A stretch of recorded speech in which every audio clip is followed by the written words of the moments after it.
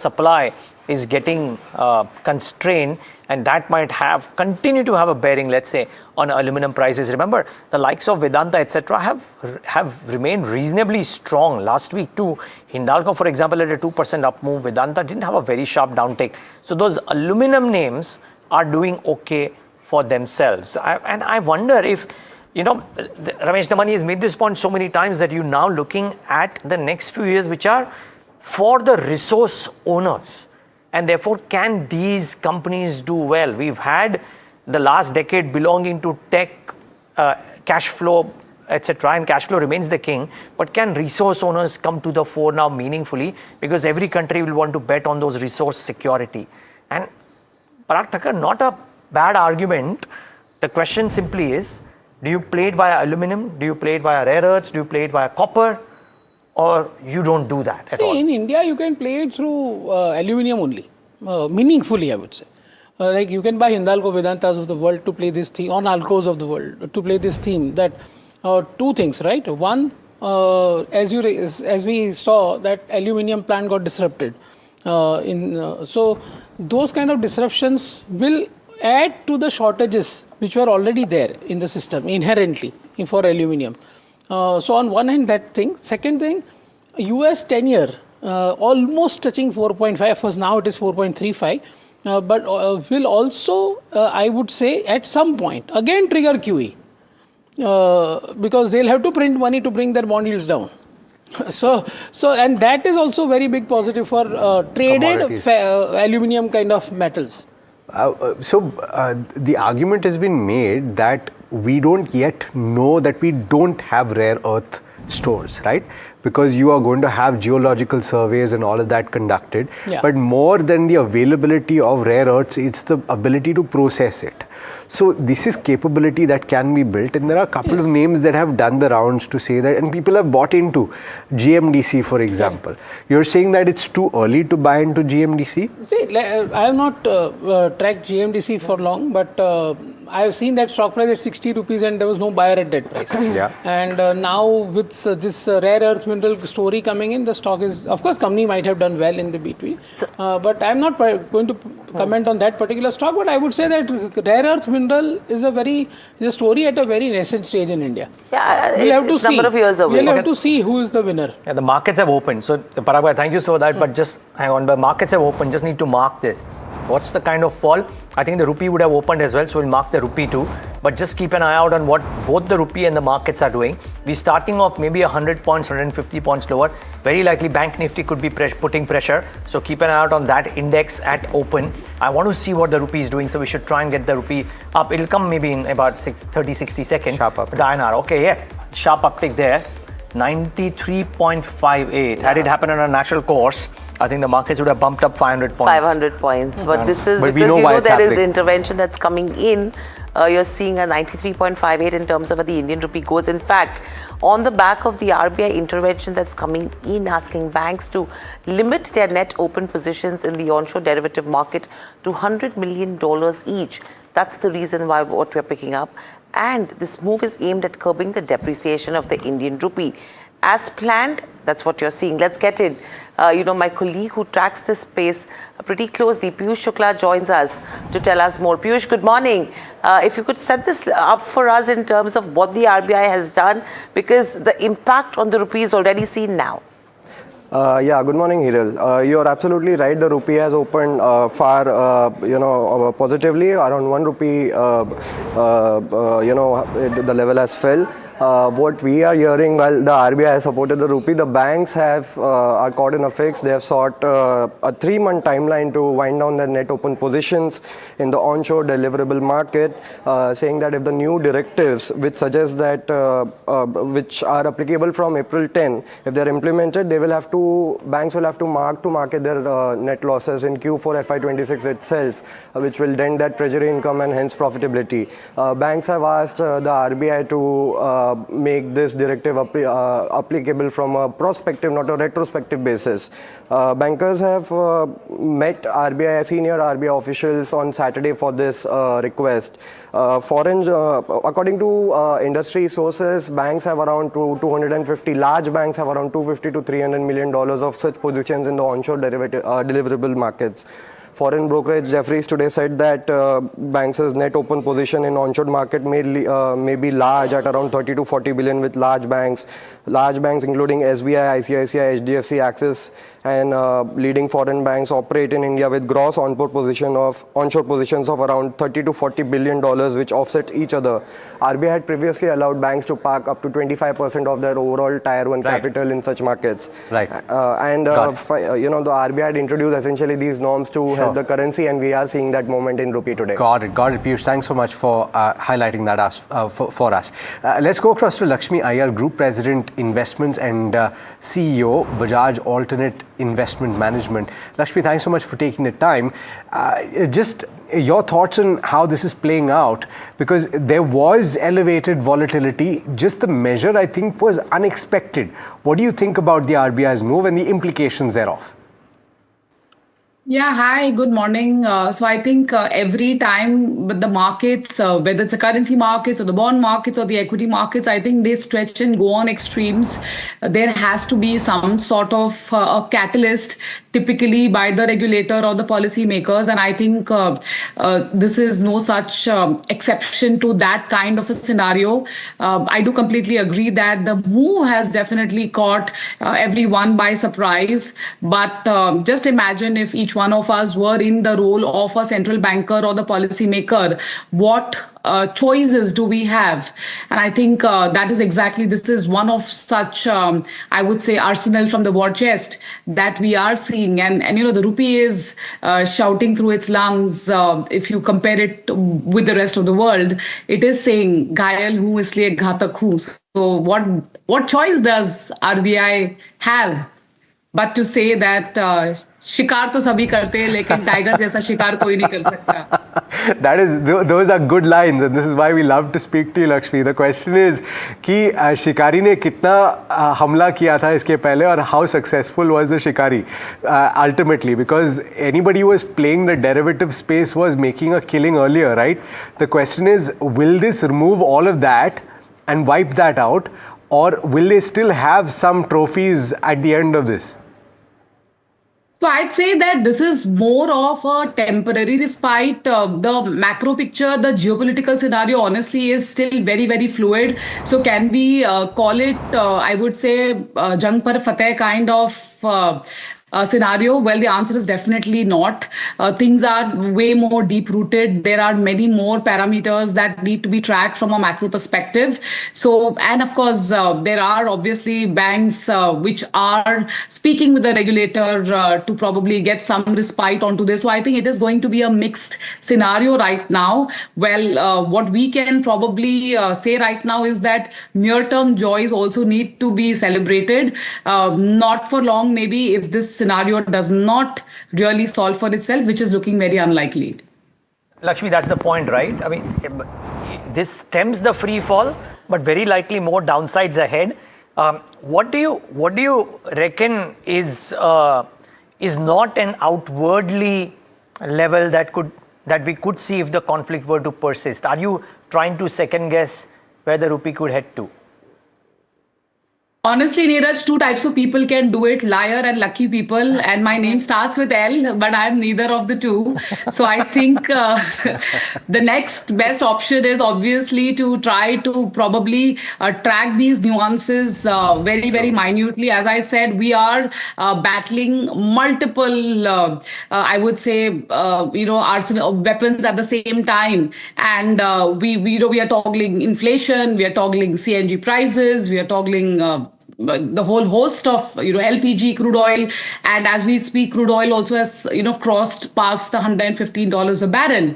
And let's not forget that if this sustains, that $110, $115 a barrel, we are talking about CPI impact of north of 1.5%. Perfect. No, so Lakshmi, let me flip the question then. It's very difficult to second guess. Is there more in the RBI's arsenal that you reckon can come in to stem this free slide? Otherwise, I mean, people can take short positions at will on the rupee with the belief that the rupee is going to slide. What more can the RBI do that you would expect the RBI could possibly bring it out in order to do moves like this? So Neeraj, again, if you go back to Bollywood and then bring it back to the markets, jab tak tiger mara nahi, tab tak tiger hara nahi. I think that is very, very classic. So I would say that if you go back in history and try to see what kind of scenarios are we closely resembling, is it 2022 Russia-Ukraine or more like taper tantrum 2013? I think it's a combination of both, more like 2013.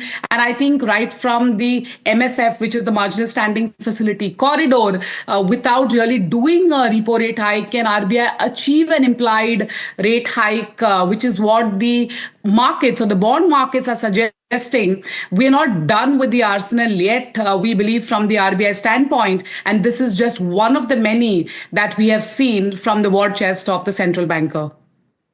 Lakshmi, a quick question. Good morning, Hiral here. If you have to look at the 6-month forward rate right now versus the offshore and the onshore, are you seeing a widening of the gap that's happening in today's market as the way the rupee has opened, number one? And two, when you're talking about the cap that has come in, what is the kind of short-term distortion that you could see in terms of prices if you have to take the lead up to the 10th of April? Because I know we're not going to be able to really look at where it will settle, but the distortion that could come in eventually.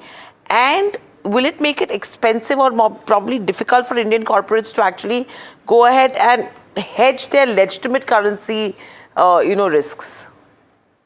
So, quite a few questions. Let me try to do justice to all of these, Hiral. So I think firstly, the spreads had widened between the onshore and the offshore market. It had gone north of 25 paisa, if you talk in rupee terms. Now that aim is to clearly plug that gap. So that is definitely on the or in the offing. This is also getting exacerbated by the fact that FPIs have sold in 3 months of this calendar year what they probably have sold or not sold in the entire of last year. So I think that clearly means that incrementally, if you want to do or have positions much more than what is permitted, and I think there could be some element of speculation also, which obviously the regulator knows more than probably what you or me are anticipating. So the idea was to clearly plug that and reduce the differentials. And will they be able to achieve it? Well, you require even the market's overall macro to stabilize for this move to be super effective. Else, as I mentioned, you will see many more such similar kind of scenarios. And let's not forget that this week we have just 2 working days for the bond markets and just 3 working days for equities. So I think it's going to be crunched. So I think over the next 10 days, we will get much more clarity. And if there is going to be a respite, what could be the nature of that respite? But was it a move that was needed for the current market? Well, I mean, it's a very difficult situation right now, and it calls for difficult measures for sure. Good point. All right. Lakshmi, thanks so much for that conversation. I think it puts a lot of things in perspective. And by the way, guys, we've had the pre-open rates settle, and take a look at the banks, because that's where quite a bit of the action is. We've settled off the low points for some of these banks. You had, for example, HDFC Bank that at one point was trading with cuts of about 3%, and it's now settled at 1.45% cut. Axis was also losing ground.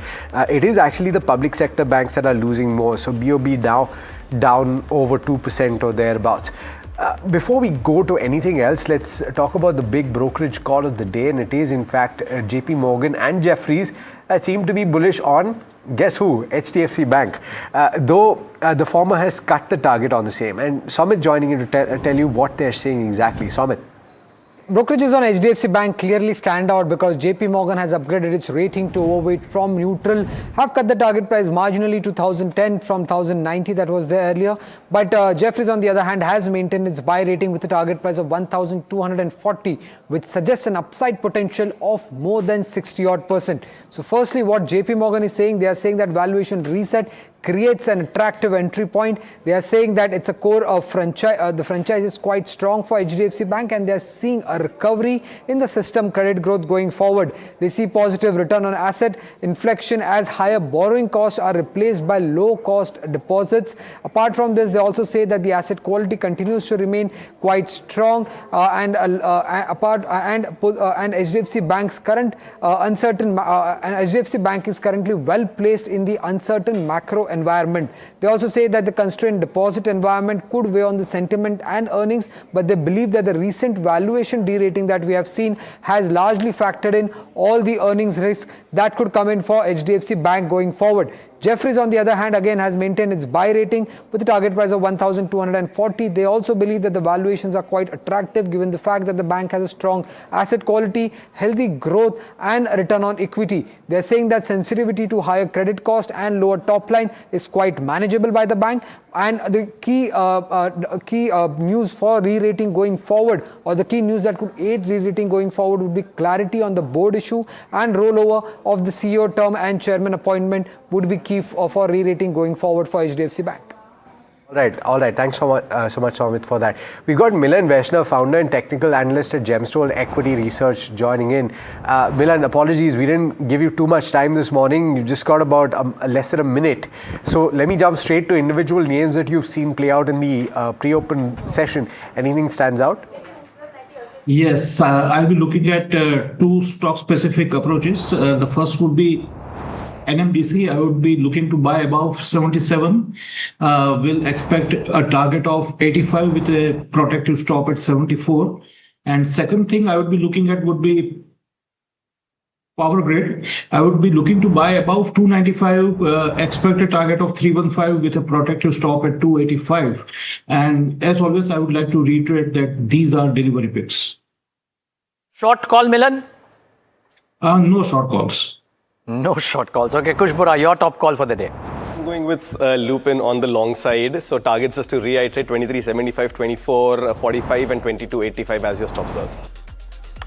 Okay, 22.85 as your stop loss. We're getting long calls on a day when the markets are going to start off about 100 points, 125 points lower. The question is, are banks the sole culprits and will the others actually do better? Or is it difficult to call right now? I think time will tell. Let's see. But we're staring at a start which is weak.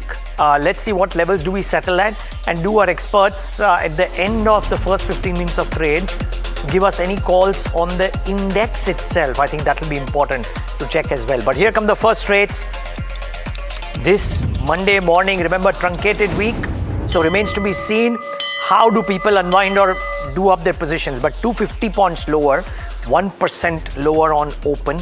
Banks 1.5% lower, no surprise there. The market breadth is weak, so don't look at that number at all. The advanced decline ratio is looking fairly adverse. The mid caps and the small caps too are down. Mid caps about 1.3%, small cap 1.53%. So no, it's not looking good at all. Nifty IT about 1.38%. Two banks are now around 2%. The Nifty 1.5%, 22,487. No, it's not looking good. Let's pull up the heat map and show you what's moving and what's not this morning. Well, very few winners. So let me start with that. Hindalco, no surprise that Hindalco, Nalco, because of the aluminum price uptick. Aluminum is up 6%. So these companies naturally tend to benefit. 2.4% higher. ONGC, marginal upsides there because of the Brent price uptick.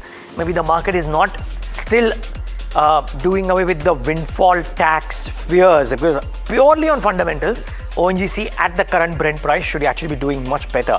NTPC about 0.19%. Coal India, Reliance are amongst the others which are kind of looking okay. What is not looking good? Banks. Axis 3% lower. Kotak down 3% as well. There is State Bank of India which is down. So no HDFC Bank, no ICICI in the top 10, but HDFC is down 1.73%. Beyond banks, Eternal, big disrupted 3% lower for that one. Shriram Finance again corrects. There is Mahindra and Mahindra which is correcting, along with Tata Motors PV. Is the market now fearing much more rapid consumption slowdown?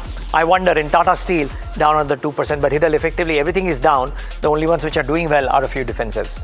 Defense names, and I think it's your Hindalco which is in the positive right now as we speak. But let's just quickly look at the broader markets and the sectoral heat map then to understand in terms of what's happening on that end. If you see in terms of the sectors, a sea of red across.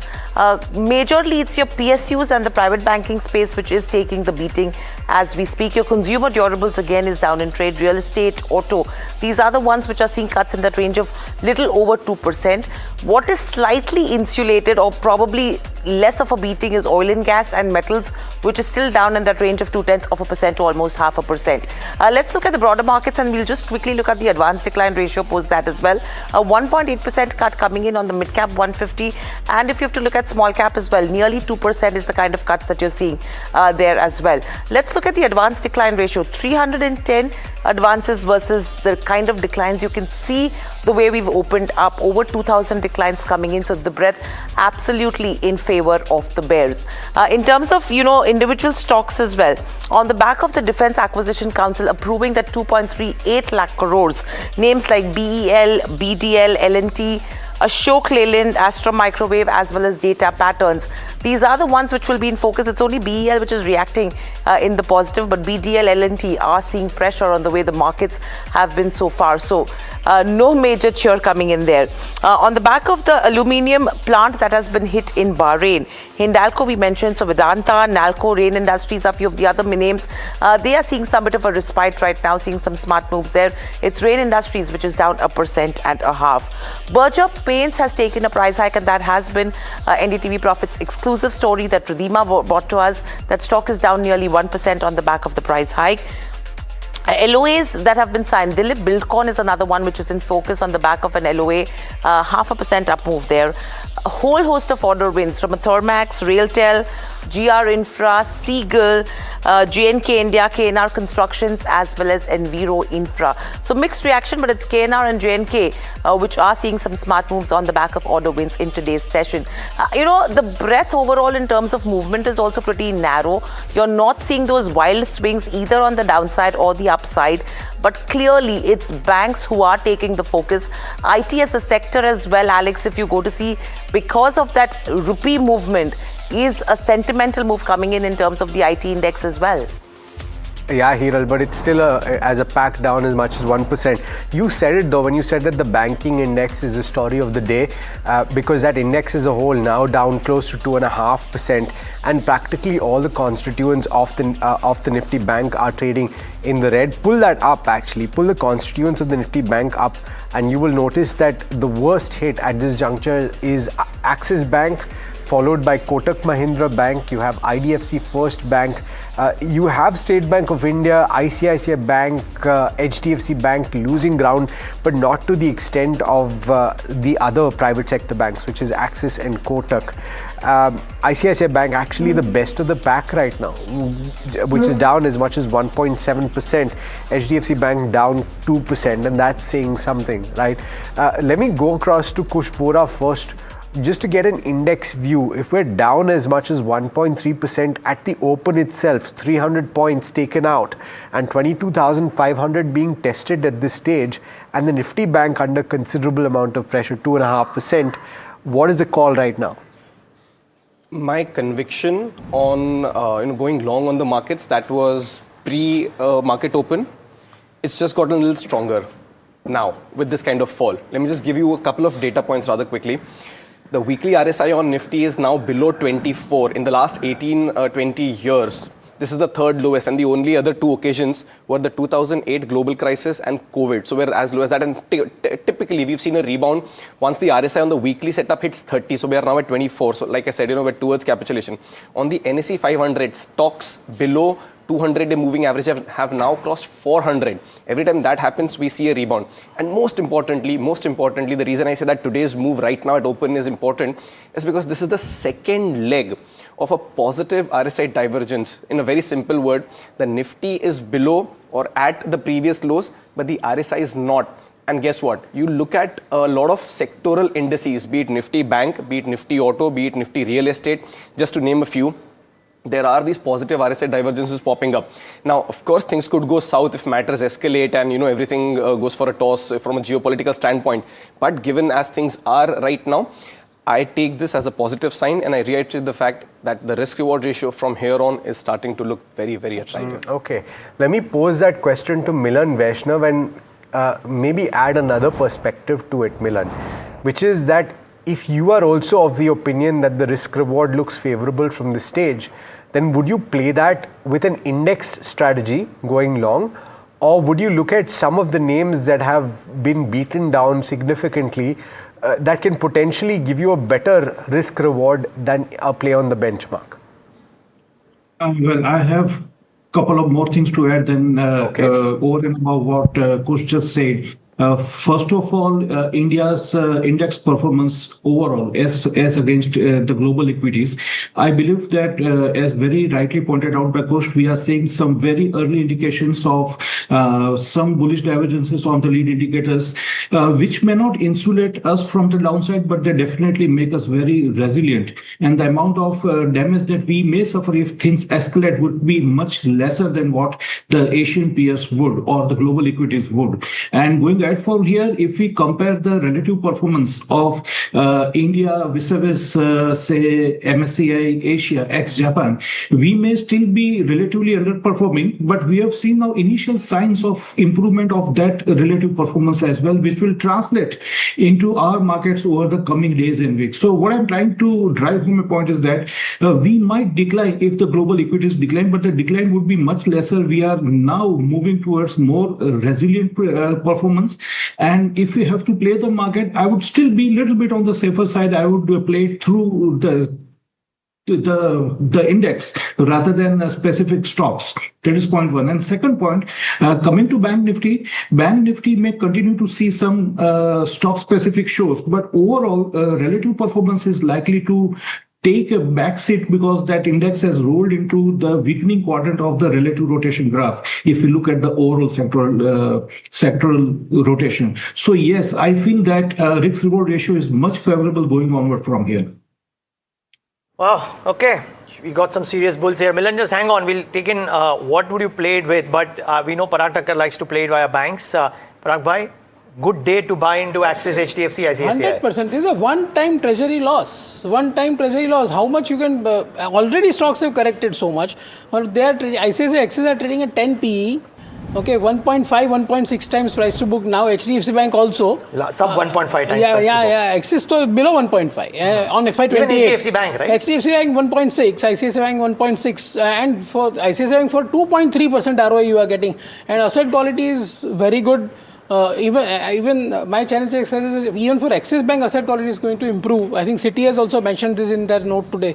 So I think the valuations are absolutely compelling. This is a one-time loss, and of course there will be many other measures to protect rupee, and that might hurt banks a little bit here or there, like this measure, which will be a temporary hits. But I think everything is in the price, apart from one fact that if crude goes to 140, 150 due to and stays there, then of course there is a completely different picture. Then you have to be on 50% cash. Got it. Okay.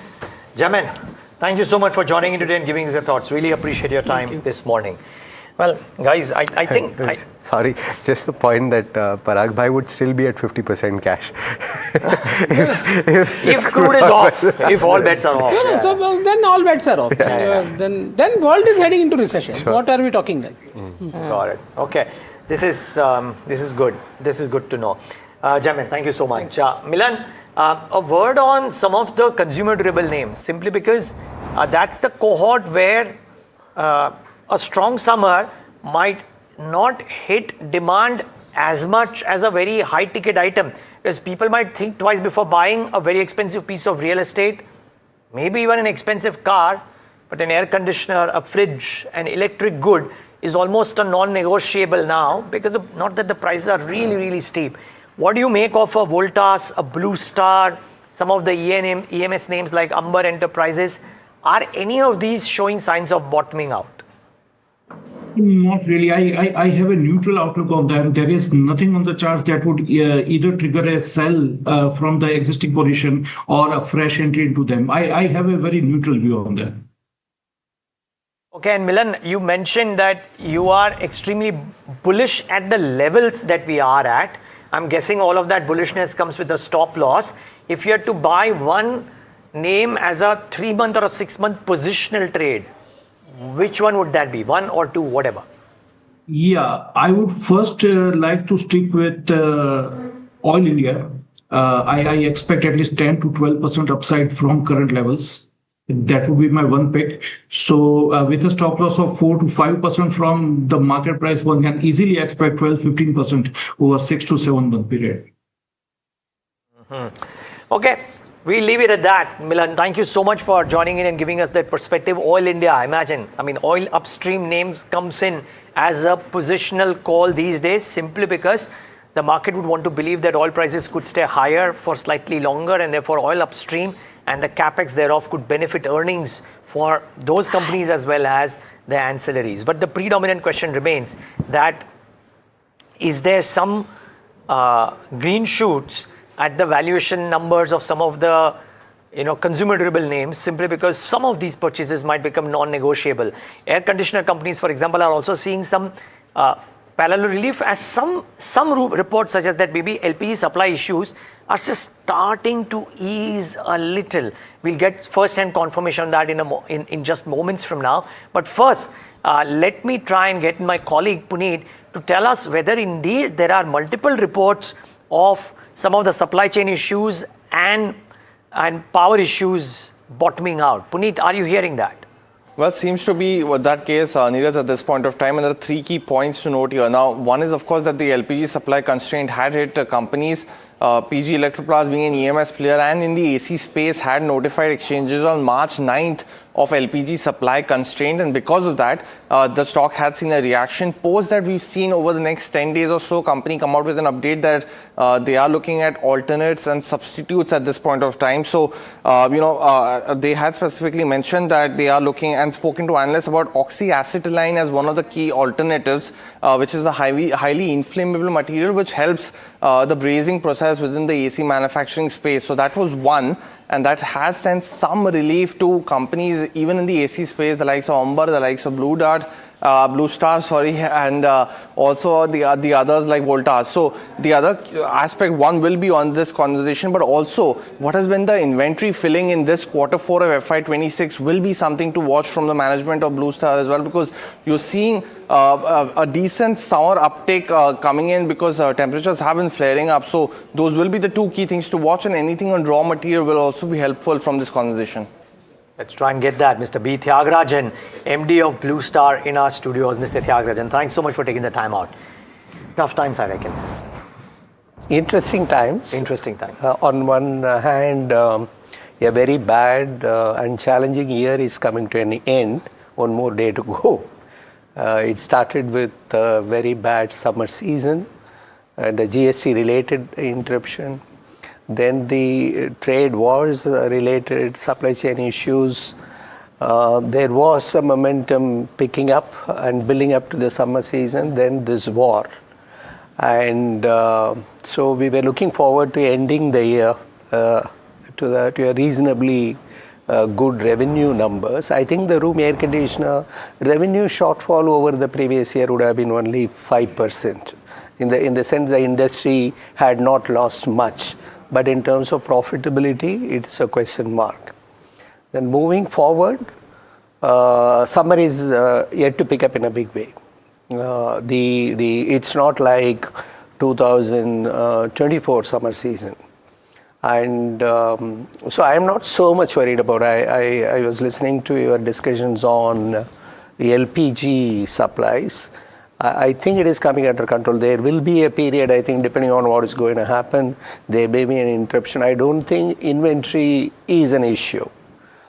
I am worried more about the market sentiments and to what extent price hike can be passed on. Is there a worry on the market sentiment? I mean, thus far, at least the brokerage notes that have come out are saying that or investors who go and visit on-ground channel checks are saying that the consumer sentiment has not been hit very badly thus far. Do you differ there?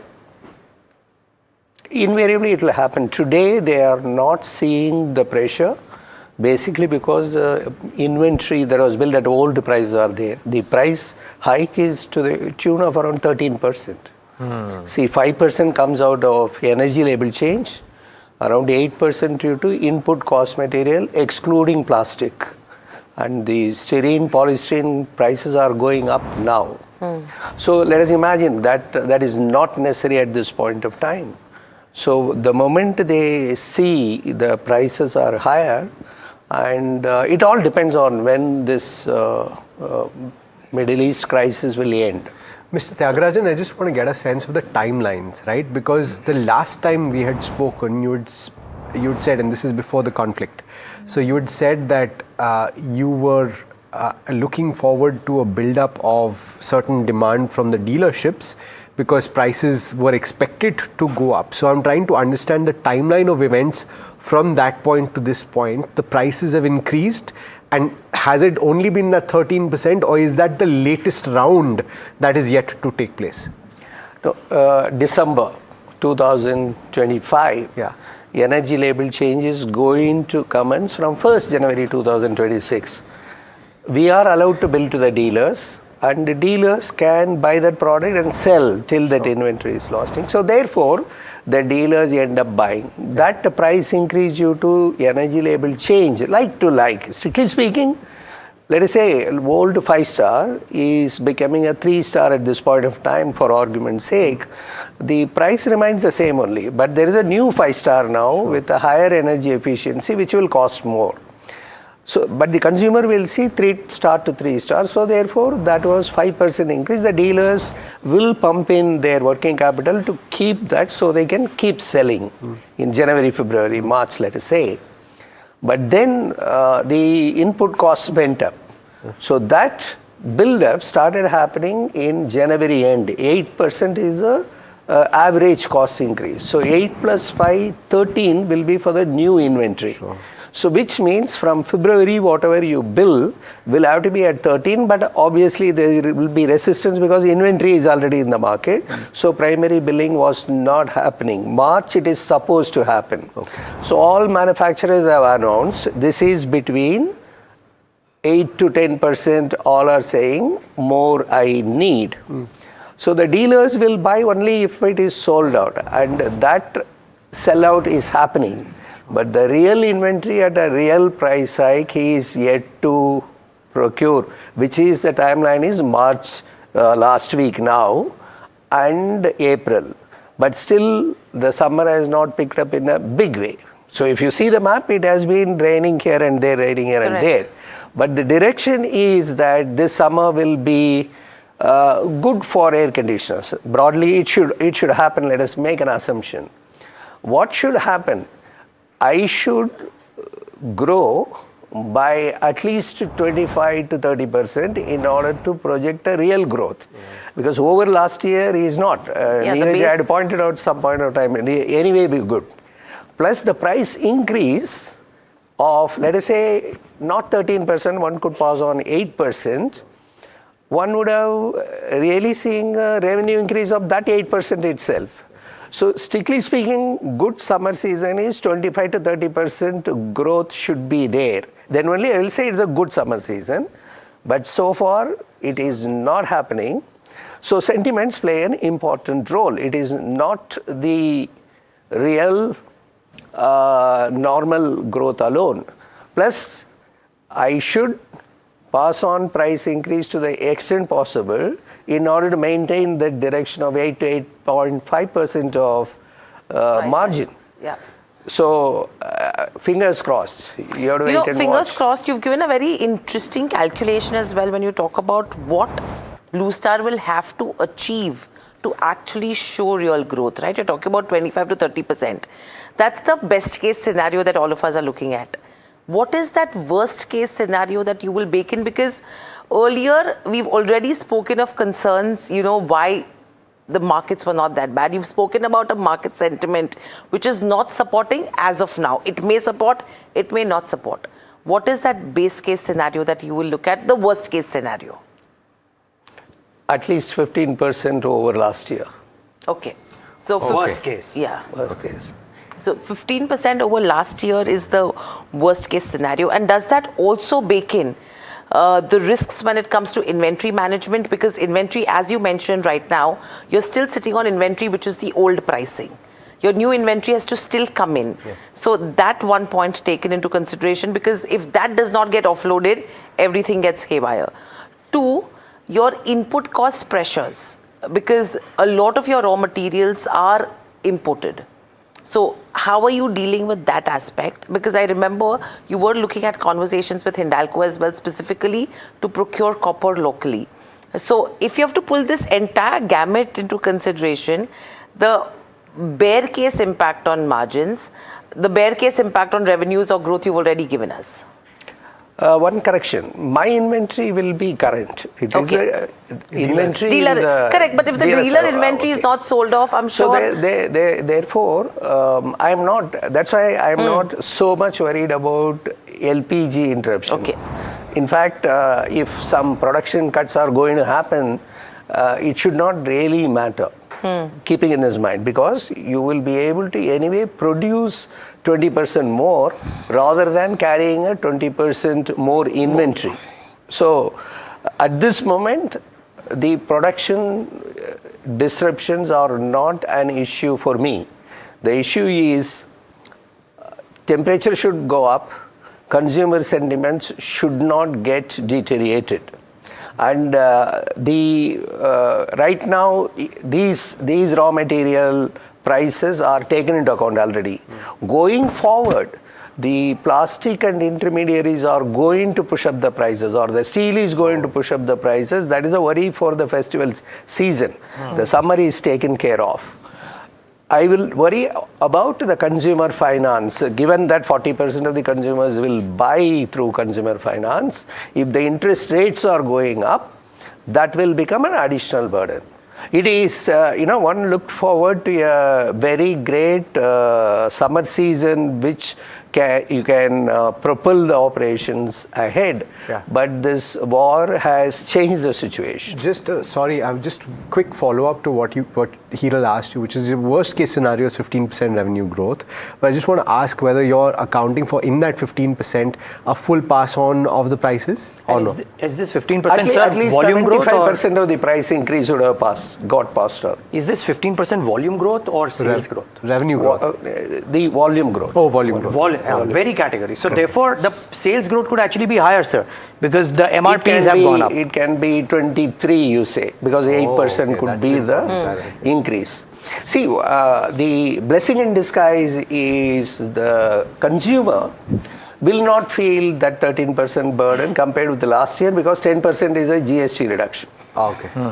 Yeah, I hear you.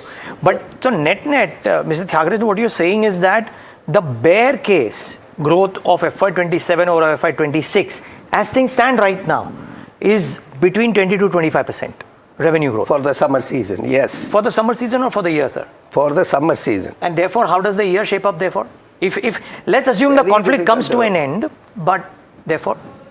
Conflict comes to an end, the full year growth should be 20 to 25% over last year. But even if the conflict comes to end, I think it is going to leave quite a bit of pain. And sir, how much is how much in a year like this does the summer season account for overall annual sales? 40%. 40%. I have a question about. But in Blue Star case, you have seen last year that we could manage well, because we are just not dependent on B2C alone, and we are a B2B player as well. The good news is data center demand that is helping us to maintain the growth momentum. So you're saying the weatherproofing strategy that you have for data centers and factories, will that be able to nullify to some extent the impact of the room ACs, the sentimental risks that we're looking at? You rightly said, to some extent it cannot, because what will that extent be? That's what I'm saying. Market is significant, right? The question here is it will grow. There is absolutely no doubt about it, given our penetration situation. Unfortunately, the situation is nobody is able to predict what is going to happen in terms of many things, and therefore I am being cautious. I am of the view FY 27 will be far better than FY 26, but one cannot take for granted it is going to be a super duper year. That's all I am making a statement. And the B2B part of the business, whether it is commercial air conditioning or whether it is data centers, factories, this can offset to the extent of, let us say, ballpark figure is 50% of a room air conditioner business profits if it is a failed summer season. In terms of processes, and I just want to address this from a technical standpoint, what is the dependence on LPG? And there are a few manufacturers that are looking at alternative processes to tide over this time. Is that something that is possible in your business? Possible, it is being implemented. See, first of all, it is used for two purposes. One is the brazing to join the pipes and other parts. The other is the powder coating.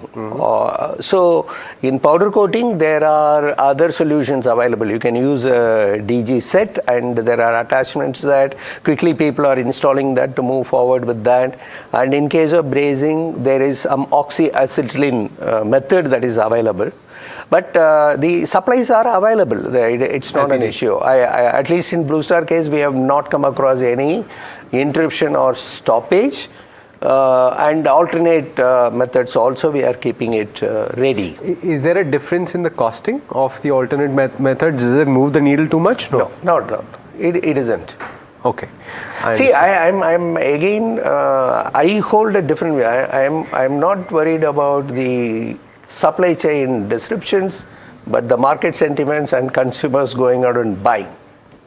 Kerala, for example, is doing very badly. Because of rain? I think the sentiments there of the Middle East immediately. It is more than 30% degrowth compared with last year. Understood. Yeah. Understood. Well, let's hope this tides over soon. But thank you so much, sir, for joining in today. Thank you. It was a pleasure meeting you all. Thank you. Thank you, sir. Thank you so entirely much. ours. All right, that's Blue Star. And now let's go across to my colleague Jasmeet, because Aequs is setting up a manufacturing footprint expansion plan in Karnataka. Jasmeet fills in on the details before we get the management. Jasmeet, over to you. Well, thank you for that. The company has been in focus lately on the back of the MOUs has been signing with various government. Last month they signed it with Tamil Nadu for 900 odd crores, and today we have the management to discuss more on the MOU with the Karnataka government, where they plan to invest 2,800 odd crores over the year of next 5 years. While the company will set up manufacturing facility and expand the overall operations in Karnataka, basically in Hubli and Belgavi region, where they want to increase the overall aerospace product manufacturing. While further, if you look at the overall portfolio, the management do see that they have seen a good growth in aerospace, and they also believe that the consumer segment of them grows faster than the aerospace going ahead. If we look at the key outlook by the management, it remains positive, where they see that the shift towards becoming system level contributor when it comes to defense segment. Further, they also make a note that the aerospace growth is expected to grow at roughly 20% over and above the current growth going ahead. Further, they also note that the long-term EBITDA margin guidance of over 20% in the long run, and expect the overall consumer segment to grow faster. In Q3 also, we saw that the overall aerospace grow at like 38% on YOY basis, while the consumer grew at 150 odd times. So it's some wait and watch of how does the overall manufacturing pans out going ahead, and what a management plans to further expand the overall consumer segment going ahead. Thanks so much for that, Jasmeet. And there are some landmark victories for companies in this space. So lovely to get in Arvind Meligri. He's Executive Chairman and CEO of Aequs Johnson right now to talk about the here and now and the future. Arvind, great having you. Are you in the US or are you in India, Arvind? I'm in US, Neeraj. Oh, okay. Well, I'm presuming it's too late for you, but thank you so much for agreeing to talk to us. And I wonder, just before we talk about your individual expansion plans, Arvind, do you reckon that all that's happening around aerospace and defense leads to a more high-tech, high-degree sourcing or procurement of parts from companies like Aequs and others within this Indian aerospace and defense system? Well, I mean, in overall, the opportunity for sourcing more exists for India. If you really look at it, we're only 2% of the global supply chain. We are going to be 10% of the global market just on the commercial aerospace side. And on the defense spend, we are one of the largest, increase in the spend is happening as a country. I think the both will bode well for the aerospace and defense as an industry overall for India. And I think it's a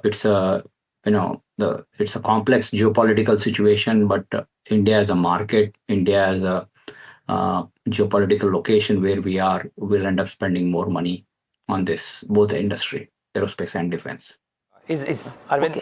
Arvind, would that be one of the reasons, aside of stated goals post-IPO about the expansion plans? Tell us a bit about the expansion. When does it come on stream? What does it lead to? And is it possible to predict what it will lead to in the current landscape of changing economic and geopolitical situation? Well, I mean, the investment is predominantly geared both on the aerospace and the consumer side. And some investments have already gone in. For example, we are investing close to 2,800 crore in the both consumer and aerospace and consumer together. And out of that, in the consumer side, especially it focused on the consumer electronics, about 800 crore is already invested into this, into Hubballi cluster. And the aerospace side, we are investing about 1,300 crore over 5 years. And, that's pretty much, if we generally look at our revenue to capex ratio is 1.5 to 2 times. So that predominantly gives you the direction where we are heading with respect to the growth coming out of this. And we feel very confident both the aerospace side and the consumer side, consumer electronics especially, where we stand, are both huge tailwinds we have where we need this investment to capture that market share. Arvind, good morning. Hiral on this side. You mentioned about the aerospace division where categorically, I remember from the previous conversations as well, where you've mentioned that you are pivoting from a precision component supplier to a system level defense and aerospace platform. With the kind of exports that you have, with the kind of partnerships that you have with, Israeli companies, German companies and Ukrainian partners, are you seeing a shift that's already started to happen much in advance? Because the anticipation was that revenues from this aspect will start flowing in FY28. But with the geopolitical situation on ground, how have things actually changed? Hiral, thank you for. We just want to clarify. I just want to clarify. The current investment, what we're talking is predominantly focused on the commercial aerospace, not necessarily on the defense side of it. Defense is specifically the UAV side, what I talked about systems level, is investing specifically in the joint venture with Ajna, with the Axel partners and the Aequs Defense. It's focused on the UAV market. Definitely it is, and also focused on India defense. And obviously, the globally what is going on right now is definitely going to drive the acceleration in that area also. And we feel very strongly on that. That's why, this announcement happened even before this war broke out. But this is, we believe in a long run, it is still a 28 plus kind of a revenue opportunity in there. But what we are talking current investments, which Neeraj brought out, has been an investment which is continue to add to our revenue currently as we produce right now, as we speak. Okay. Arvind, hi, good morning, Alex here. A couple of points that I want to ask, and they may be slightly shorter term in nature, but I think this is something that everybody is asking various companies also like yourself, right? Which is that you have a 90% exports exposure right now.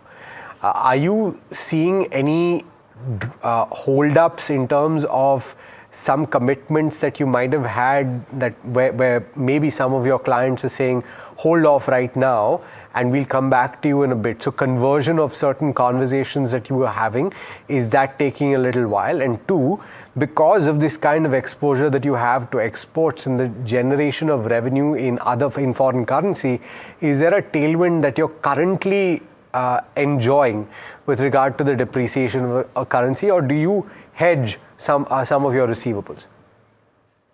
Yeah, taking on the first question, obviously the cargo capacity has diminished, especially air cargo. with underbelly cargo being evaporated kind of out of the Middle East, which used to be a big carrier for quite a bit for India. And obviously that has put a little bit pressure on the total pricing for the logistics cost on the air logistics, and also constraints on the capacity. But it's manageable. It's not something, it's a big percentage of our business in terms of the cost of, actually logistic cost is not a big percentage of our business. So customers are fully aware of it and they are willing to support those things. I think there is a disruption, I would say, more from the material flow perspective. Sometimes we see, although there may not be anything immediate, maybe a quarter down the road, we might see some of the, especially on the consumer side, toys, we see the pricing, especially on the polypropylene and ABS price shoot up quite a bit because they're all feedstock is all oil that is impacting. But definitely the customers are taking the burden of that. So it doesn't really impact our position, but it is just a pain in the neck to deal with continuously on this because we don't know the exact pricing. It has to be passed through. It happens on a monthly, quarterly, sometimes with the customers, but it's a process. And coming back to the second one, your currency, we are naturally hedged. We don't really do any hedging because we have a lot of imports also in dollars, or our customers pay us in dollars. Also, our imports in dollars. So I think there is definitely some amount of tailwind, whatever the margins are, apart from the material and equipment what we buy. And that's in general should be a tailwind for us and overall as the currency depreciates. But we don't factor these things in our planning. So we take as they come because they're naturally hedged. Sometimes it goes either way. Okay. Well, Arvind, interesting use of term, the pain in the neck. You didn't use a term that somebody else from that geography used just a couple of days back. But yes, it is a pain, I can imagine. Thank you so much, though, for joining in today and giving us your thoughts. All the best for the quarters ahead. Thank you.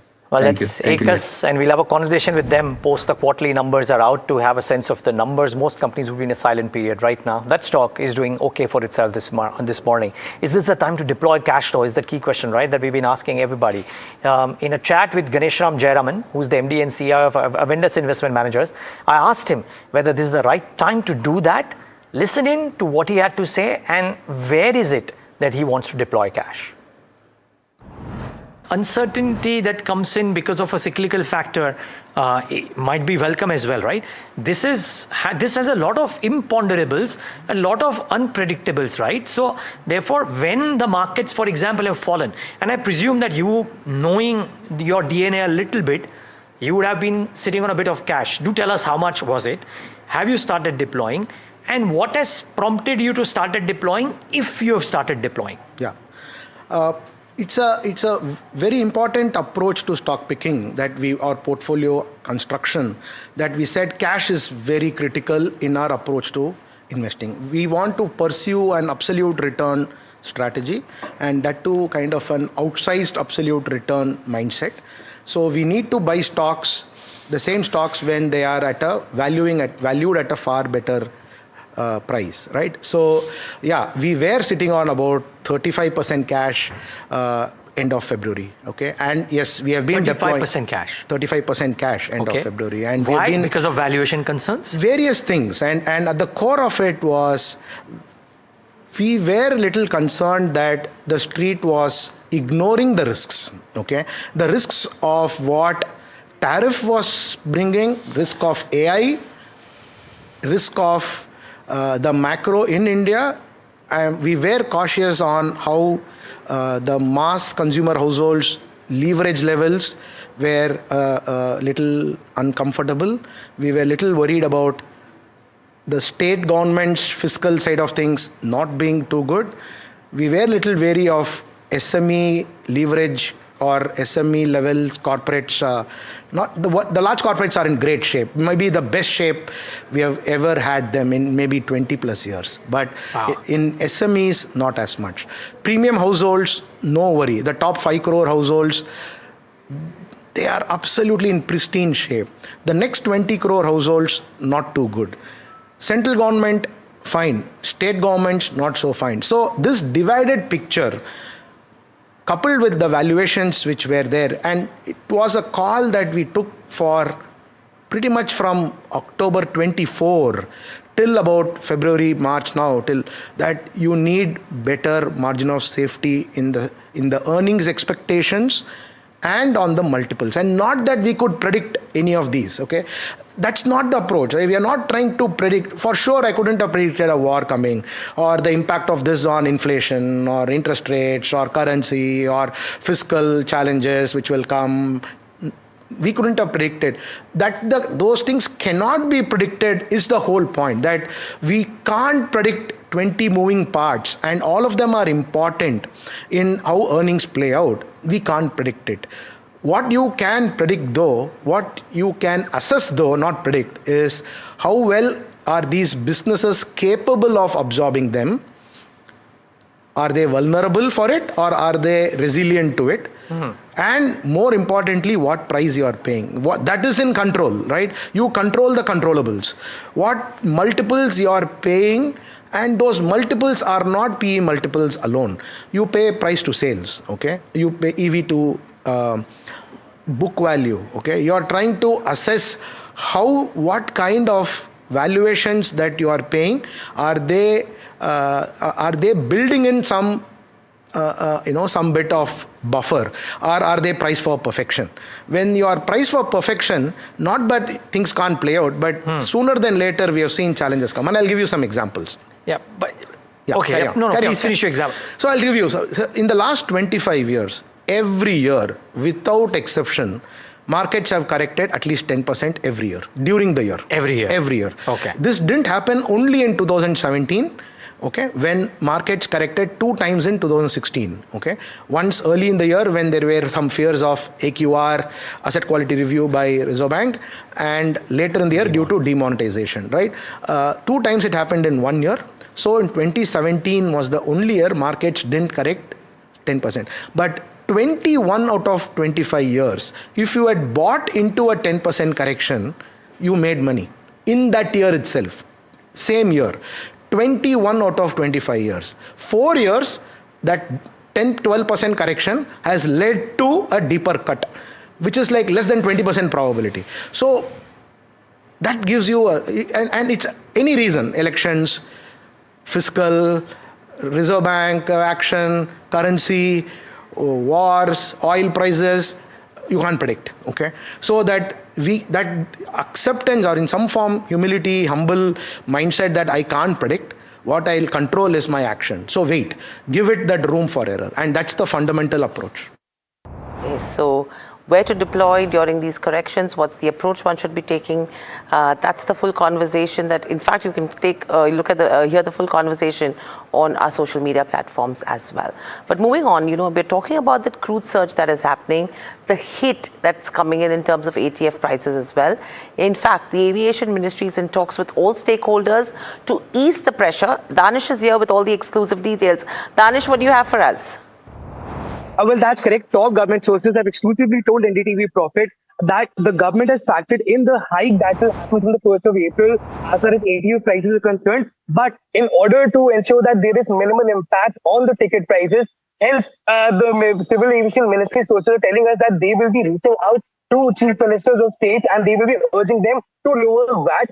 Because if you look at the overall VAT that these states charge in bigger states like Maharashtra, Delhi and West Bengal, which are bigger aviation markets, over there, we are seeing that the VAT on ATF is over 25%, and even in a state of like Bihar, the VAT is somewhere around 29%, and hence this translates into a higher ticket price. So in order to ensure that the end user, which is the passenger, they don't suffer because of high ticket prices, hence the government is planning to write to the states to reduce VAT on ATF. Besides this, the Civil Aviation Minister is also likely to chair a meeting with a slightly patchy line there. Danish, unfortunately, we've just hit that rough patch, and could happen with technology. But thank you. You got the gist of the story, viewers. So good to have that. Okay, very quickly. EPL and Indovida have struck a big ticket merger.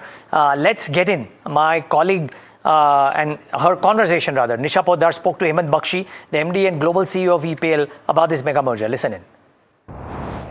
Hemant, what's the rationale of this big transaction? Because Indovida is not just into manufacturing of the packaging material, but also into trading of the raw material for manufacturing the packaging. Yeah. So, Nisha, let me step back and talk to you about the rationale of this deal. So firstly, EPL is in a really good position right now. We've declared double-digit growth for the last 3 quarters consecutively. Our EBITDA has grown by 300 basis points. So we think we have strong foundations for the next phase of our journey. And what we have said, our vision is to create the emerging markets packaging leader for the consumer business. So that's what we want to build. And there are 3 important pillars to this strategy. The first is we want to go into more emerging markets. We then want to make sure that we can expand beyond tubes. Right now, our business for the last 40 years has been in tubes, but there's an opportunity beyond that. So we want to build new formats. And thirdly, we want to become innovation partners for the large and emerging brands in the emerging world. So those are our 3 key pillars. And now talking about the rationale of the deal, firstly, it gives us scale. Our revenue goes up from where we are to $1 billion, so it doubles. Our EBITDA doubles. And in addition to that, our valuation becomes $2 billion. Well, that's the interesting thing, and we'll get you the full conversation a bit later on as well. But it is that time of the show wherein we get you a very important voice who looks at the geopolitical situation very, very closely. And we loved the conversation that we had with Mr. James Dorsey from the S. Rajaratnam School of International Studies, and we requested him to come in again and try and give us his assessment of whether things have changed or gotten worse in the last 10 days that we last spoke. James, great having you. Thanks for taking the time out. And that's my question really. Are things looking a lot more opaque than what they were 10 days ago? I'm not sure they're looking more opaque. I think they're looking more dangerous. You have negotiations or talks being mediated by various parties that really amount to motion without movement, or the dialogue of the deaf. With other words, you have 2 mutually exclusive maximalist plans on the table, the US 15-point plan and the Iranian 5-point plan. Both parties think that they are winning this war, have very little reason to compromise. And at the same time, you have escalation, the tit for tat between the Iranians, the Israelis, and the Americans when it comes to industrial plants, energy facilities, water facilities, the US military buildup that predicts some form of ground invasion potentially, or in any case, a naval blockade, for example, of Karg Island. All of that doesn't bode well. James, good morning. Hiral on this side. So from what you're saying, does this mean that it's the Gulf states who could actually emerge as the players who could be forcing Iran to rethink their strategy of attempting that increased pressure when it comes to Donald Trump to negotiate from here on? That's in effect the joker in the deck of cards, if you wish. The Iranian strategy is to increase pain on Israel, increase pain on the Gulf states, increase pain on American consumers, on global energy markets. The Gulf states are a crucial factor in that. If some of the Gulf states, for example, Saudi Arabia or the United Arab Emirates, possibly Bahrain, were to enter the war aggressively, with other words, until now, they have restricted themselves to intercepting Iranian missiles and drones. But if they were actually to aggressively join the fight, then the Iranian calculation falls in the sense that the Gulf states no longer would be pressuring the United States to end the war. They would be, or in any case, to end the war immediately. They would be pressuring the United States to end the war with a definitive result. In other words, either the absolute complete weakening of the Islamic Republic to an extent that it would be very difficult to recover, if not the destruction of the Islamic Republic.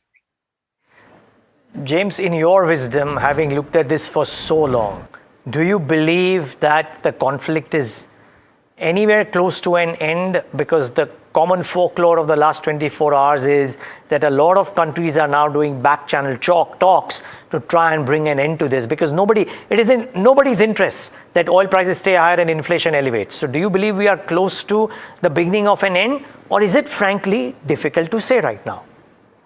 I think it's difficult to say. Having said that, I think the problem is this. Israel clearly doesn't want to end this war at this point. The Iranians think that time is in their advantage and therefore believe that a prolongation of the war, at least for now, is to their benefit. The one party that would like an out is US President Donald Trump. His problem is that he has boxed himself into a corner in which there is no credible way of declaring victory. And as a result of that, his only strategy has to be an expansion of the war. James, what is being... Sorry, please continue. Well, the one thing I was going to add here, there's a second joker in this, of course, and that is Yemen's Houthi rebels, who have entered the war, so far have only fired missiles and drones at Israel.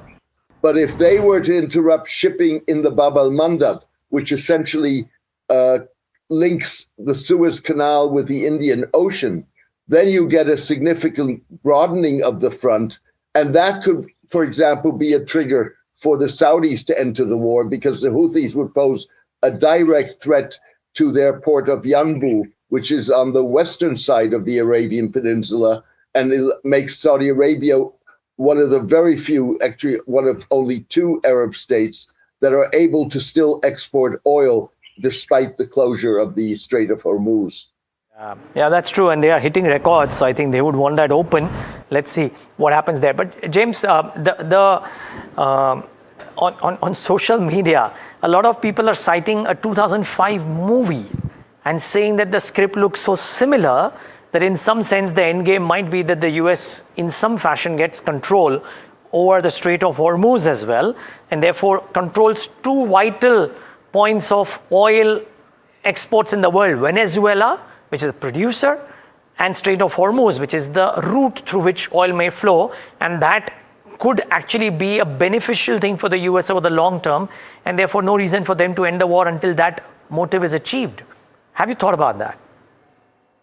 Taking the Strait of Hormuz or wresting control of the Strait of Hormuz from Iran is easier said than done. Okay. It's going to have to involve taking or occupying Iranian territory, whether those are islands close to the Strait of Hormuz, whether that's the Iranian shoreline along the Strait of Hormuz. The Iranians are looking forward to that, at least that's what they're saying. They believe that they have a ground advantage, a home advantage, if they're fighting ground troops, US ground troops. Second of all, Iran has a standing army of somewhere between 800,000 and 1 million people. This is a battle-hardened military. Certainly the commanders go back to the Iran-Iraq war. The rank and file will have had experience, or some of the rank and file will have had experience in Syria. And as far as the Iranians are concerned, U.S. grounds on the troop to some degree levels the playing field and allows them to inflict higher casualties on the U.S. And they believe that higher casualties will increase U.S. public opposition to this war. So James, okay, do you think for Iran right now, victory for them is going to be survival of the Islamic Republic? And if that is the kind of scenario, and if the regime survives, it would probably be a strategic defeat when it comes to US and Israel as well, and Donald Trump in totality. I think we're past the stage where this is about victory, or this is about regime survival for Iran. The regime has survived. It's survived the decapitation strategy. It's shown that there is regime cohesion. We haven't seen splits in either the US, the military or the political elite. So now it's about securing their leverage in the region, which is a very different goal from regime survival. So regime survival is not something that should be looked at now. We're way past that. But thank you, James, so much for joining. It's always a pleasure to speak to you, get insights and understand, what it would actually mean from here on and how things have actually changed and developed so far as well. So interesting moves coming in on the geopolitical front as well. But very quickly, let's just address the new kid on the block. I mean, it's a Coal India subsidiary which is listed at CMPDI. It's a weak listing that you're tracking. So far, a downtick of around 3.5–4%. There you go, 4.5%, 164.29 is what you're tracking in terms of CMPDI1 is concerned. Let's see how the stock performs going ahead in trade. But we'll quickly slip into a short break. On the other side, Harold van der Linde of HSBC will be with us for some market talk and the kind of impact we're seeing, because multiple downgrades that have already started trickling in when it comes to India on the back of the impact of the war. Please stay tuned.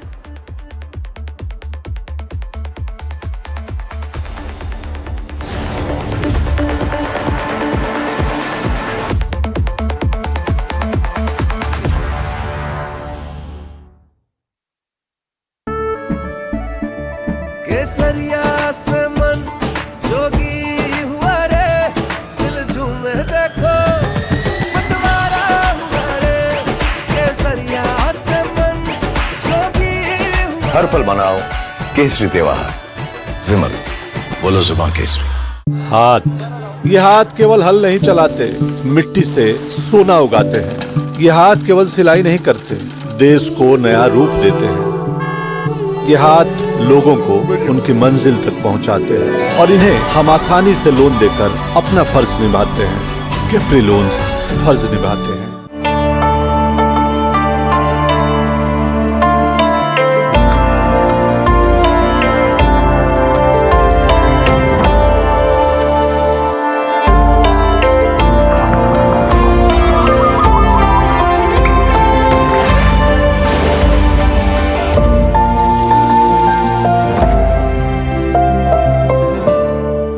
Presenting the all-knowing, all-powerful Tech Guru. Whoa. Guru? I'm no guru. Okay. I'm just a guy who loves his tech. A show where the mysteries of megabytes and motherboards shall be unraveled. Bro, nobody talks like that anymore. This is all about connected ecosystems, EVs and AI that you can use.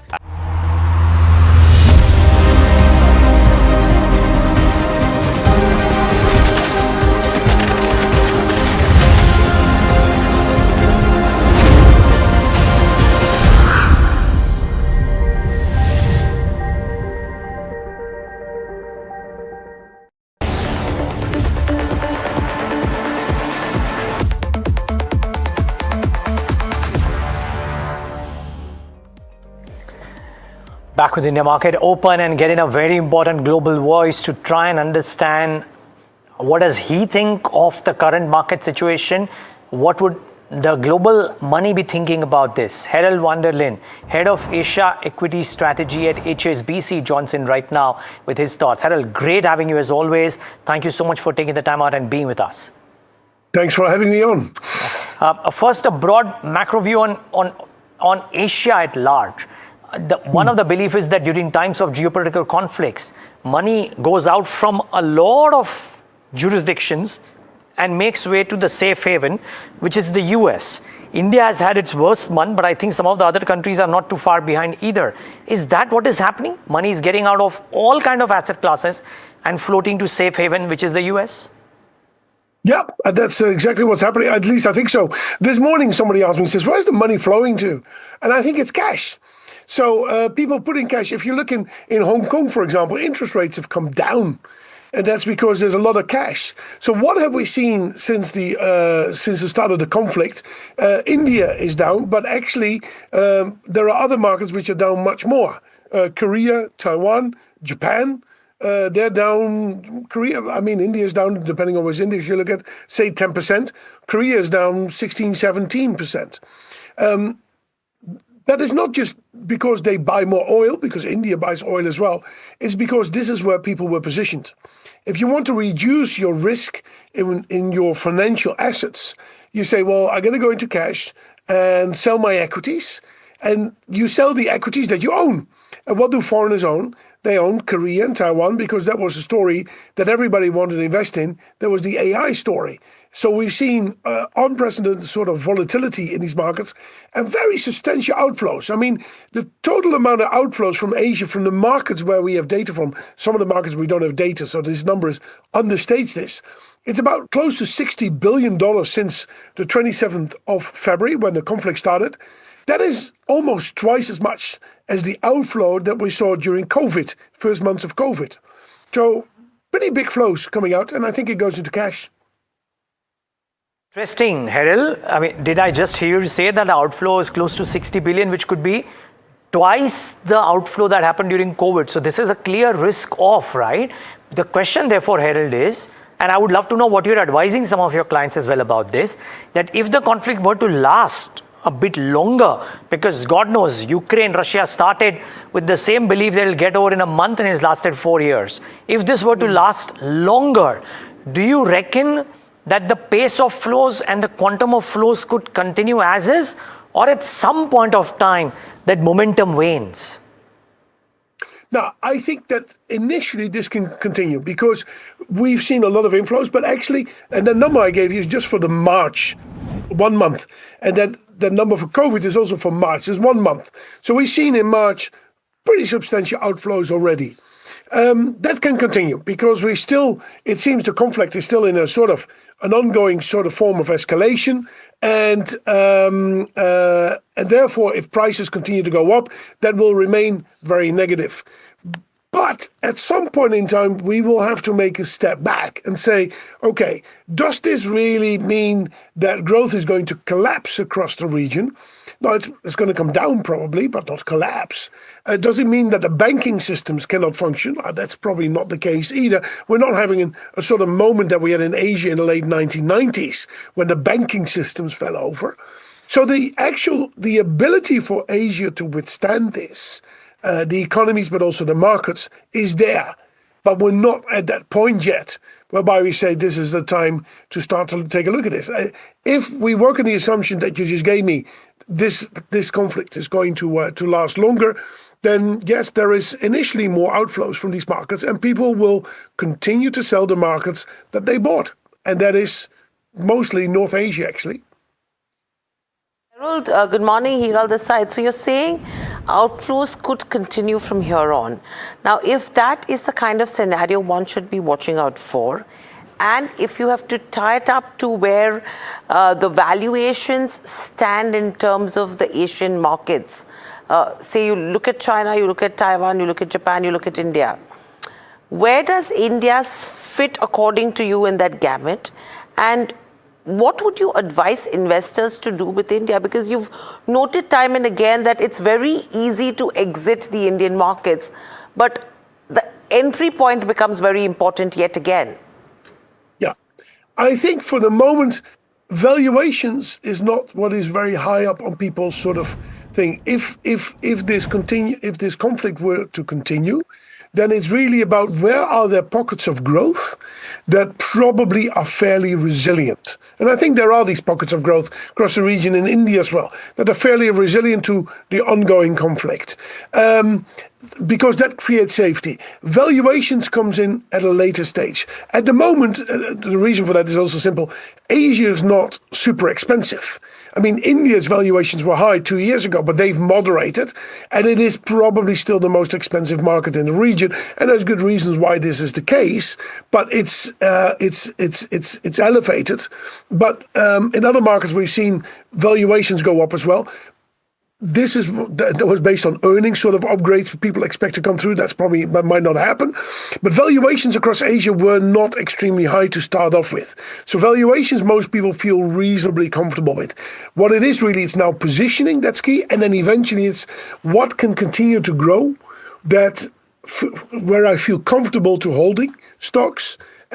Before later on you say, I'm now going to reallocate my money again. So first it's simply about safety, and that's cash, or if you have to be in equities, in businesses that will continue to grow quite well, irrespective of what happens with the conflict. So what should be the strategy, Harold, when it comes to stock selection at this point in time? Because if you're looking at an exposure to some extent when it comes to equity, strategy becomes key. Pockets of growth that will grow from here becomes key. Yeah, I think there's three things you need to do. Firstly, you have to recognize, under the assumption that this conflict continues, you have to recognize that everything can come down. So if you say, I don't want that, well, then you're going to cash, of course.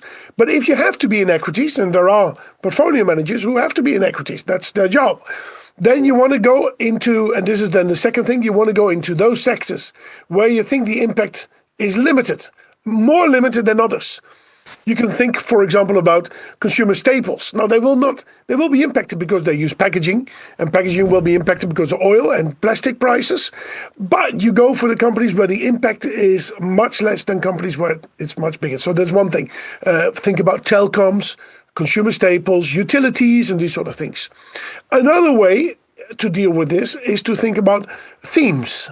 What will happen in the world, what will continue in the world, irrespective of what happens in the Middle East. Now, for example, my suspicion is that over the next couple of years, defense industries or engineering companies that are related to that will continue to see growth. We will also see, for example, a continued surge in trying to get access to alternative sources of energy. Nuclear, hydro, wind, solar, whatever it may be.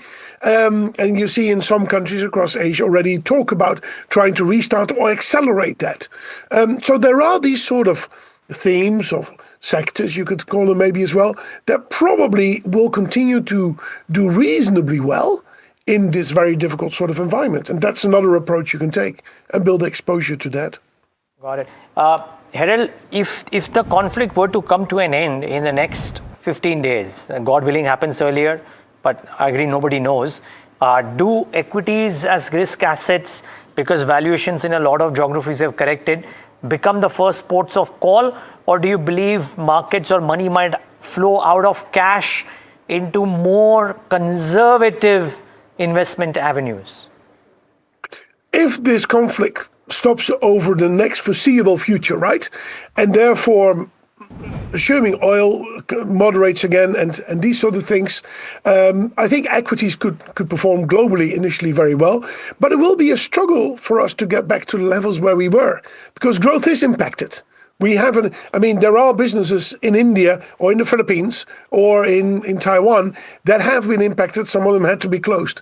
So the actual economic impact, the actual growth impact is already with us. So that will limit the upside to a certain extent.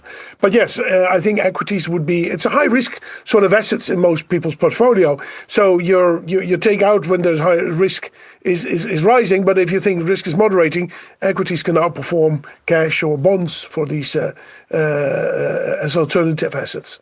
So you can see a bounce, but I don't think it will be a bit of a struggle to go back to the peaks that we were only a couple of months ago. That kind of sums it up, and Harold, really appreciate. Just one last question, very quick one. Would countries showing growth, the likes of India, etc., also become ports of call, or is that also a nuanced call with what happens to AI, what happens to crude and other factors? All countries in Asia are being impacted in one way or another. Some of them more than others. And that's because they either have to directly import the oil, or the dependency on oil is higher. This is also the case, not India, but Korea, Japan, Taiwan are large importers of oil. And these businesses, they need borium and helium and all sorts of other chemicals in their tech processes. And that is starting to become an issue. If there's one country where you say, actually, most of the money is domestically kind of generated, so the markets are not very dependent on foreign flows. India and China have that. Countries that have very high inventories of oil and therefore can deal with this price shock better. China is that in particular. So each of these countries will be impacted in different ways. But yeah, and that's what we got to keep in mind when we come to sort of country selection and how these businesses will be impacted. Okay. Harold, really appreciate your time. Thank you so much, and may this conflict end soon.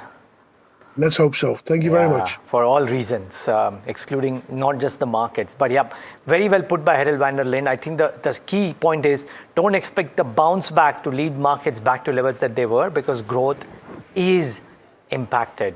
Hiral, can't put it any better. Any better? I think, you know what we started off saying, that if the RBI entry in terms of intervention for the rupee would have come in, I mean, if the rupee had come to these levels without RBI intervention, markets would have read it well. But I think the markets read it really well, because you're back at 94 to the dollar. Yeah. Well, maybe it's a good message to the speculative elements that Tiger Abhi Zinda hai. Well, with that, it's a wrap on this leg of India Market Open. From Hiral, me and the team that put this show together, thanks so much for tuning in.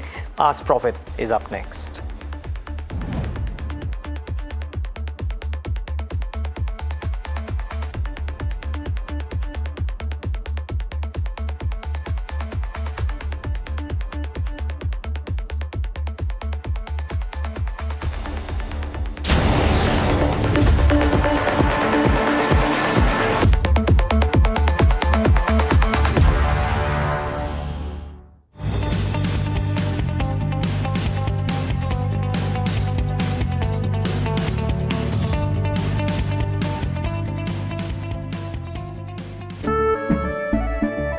केसरिया से मन जोगी हुआ रे, दिल झूमे देखो मतवारा हुआ रे, केसरिया से मन जोगी हुआ। हर पल मनाओ केसरी त्योहार, विमल बोलो जुबान केसरी।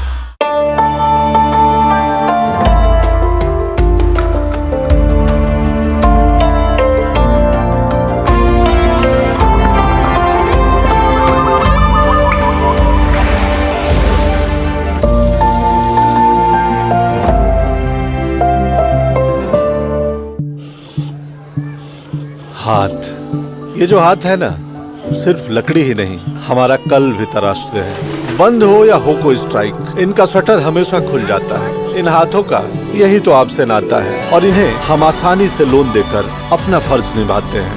कैप्री लोन्स फर्ज निभाते हैं। Presenting the all-knowing, all-powerful Tech Guru.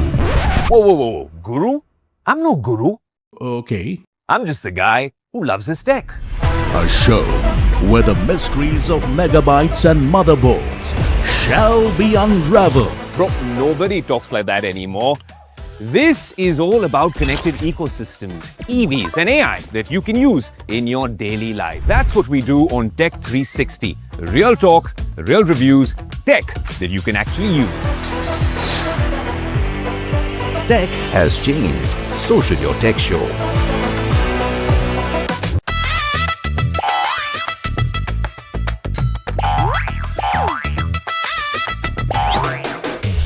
To understand the Tamil Nadu twist, join me in the midst of our people, language and politics.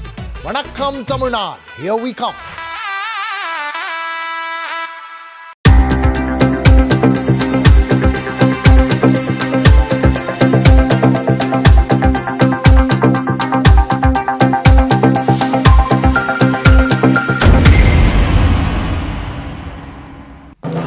When others are warming up, I'm raring to go.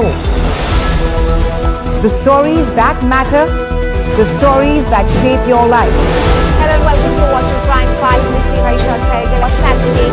How to do? The show that sets the prime time agenda.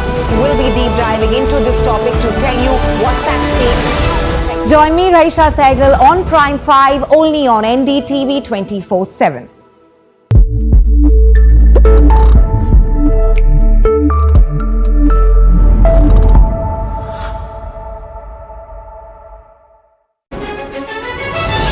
India, a land of story and resilience. 1.4 billion hearts share this home.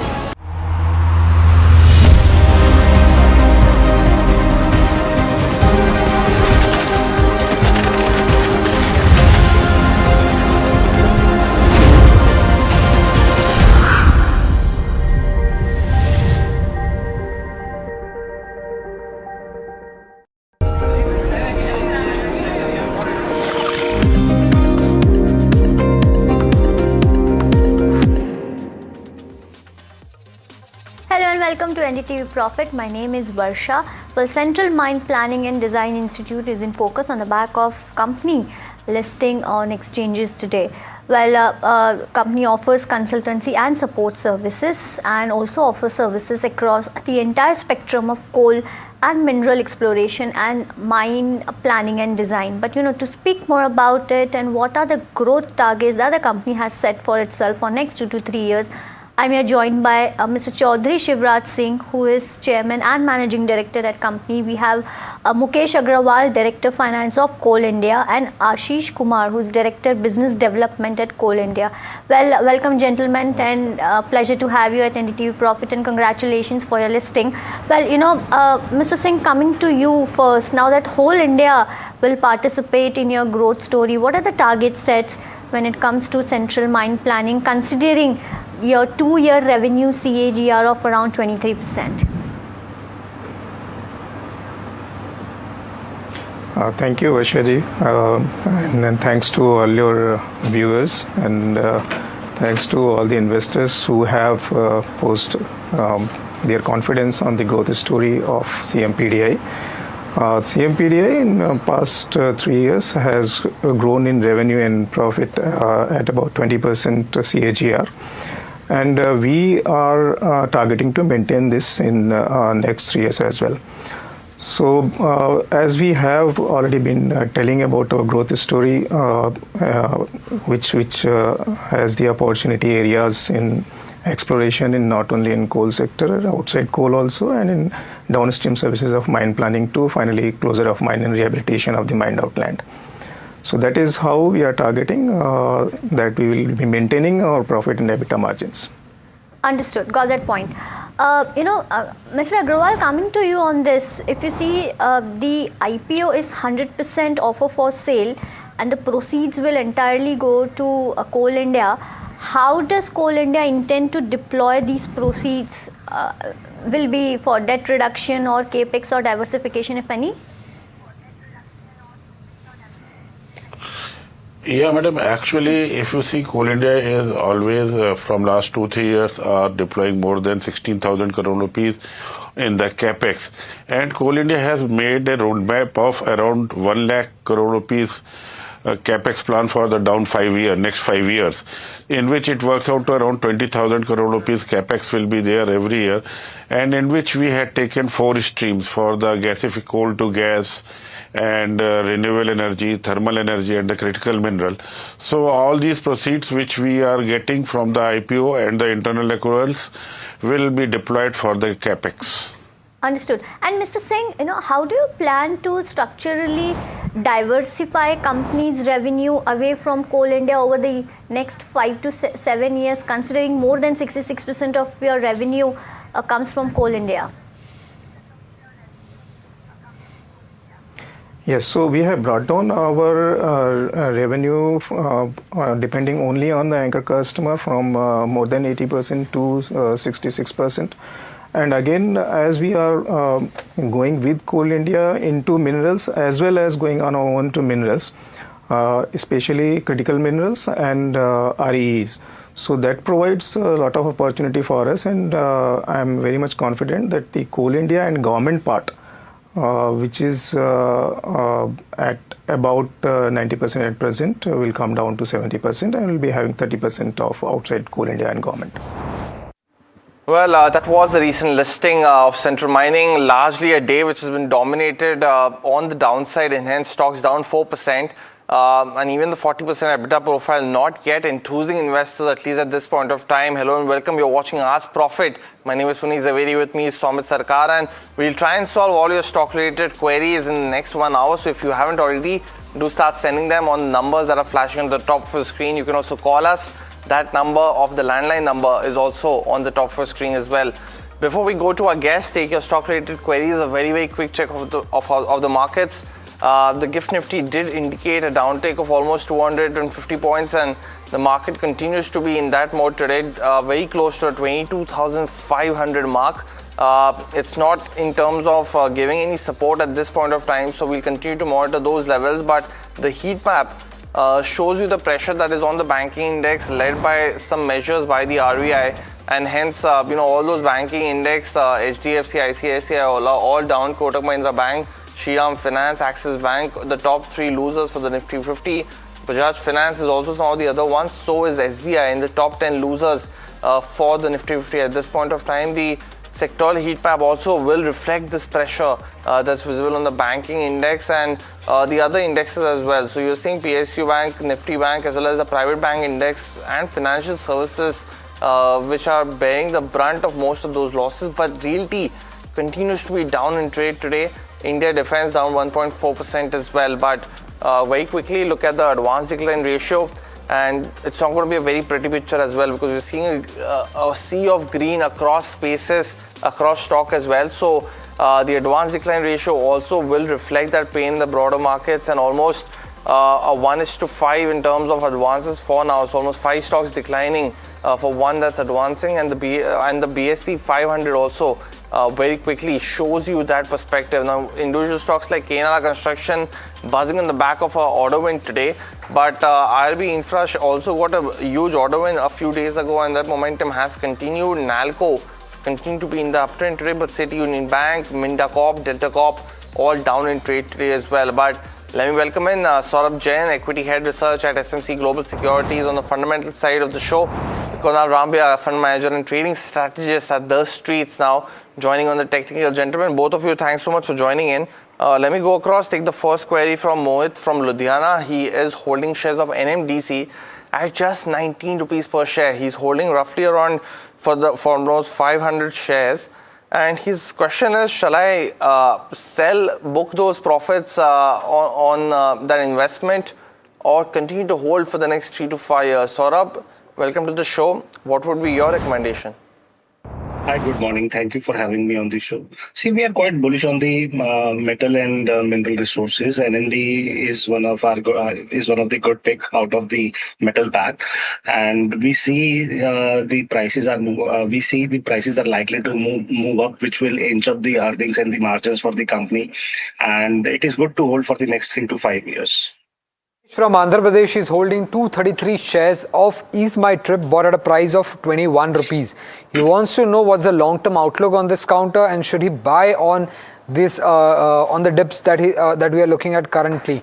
Saurabh, any view on Ease My Trip? Is currently sitting on a big loss here.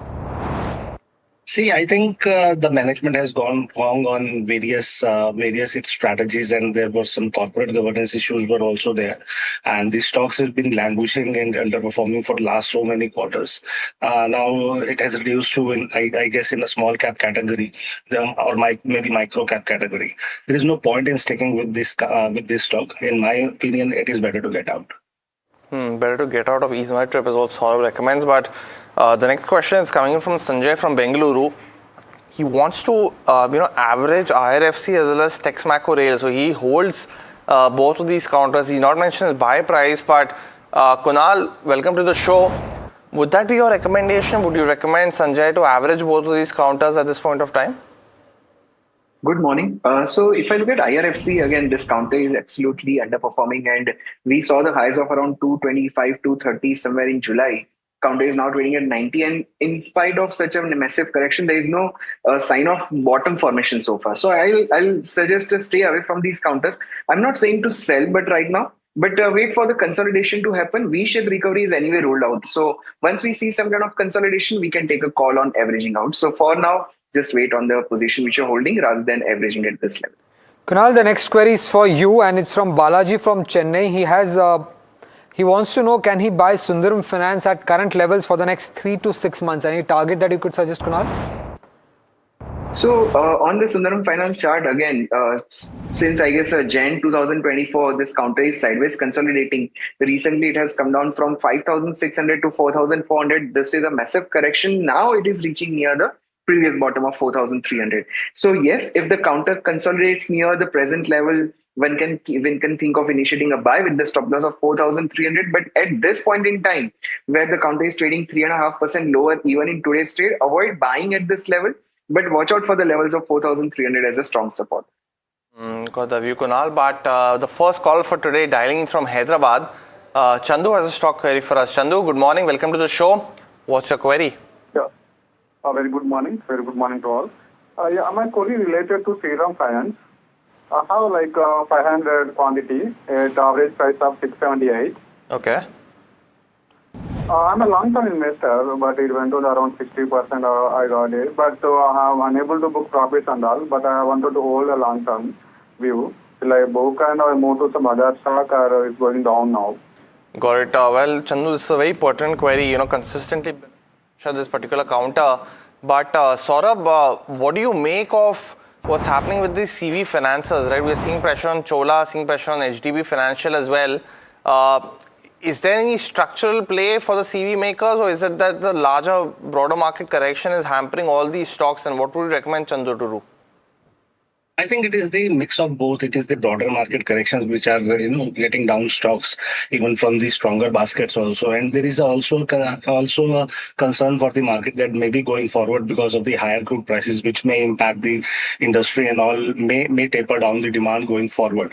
So for that matter, I think there is a bit of pressure. But in case with respect to the Shriram Finance, I think they have done a recent deal, and the outlook for the next 3-5 years look quite optimistic.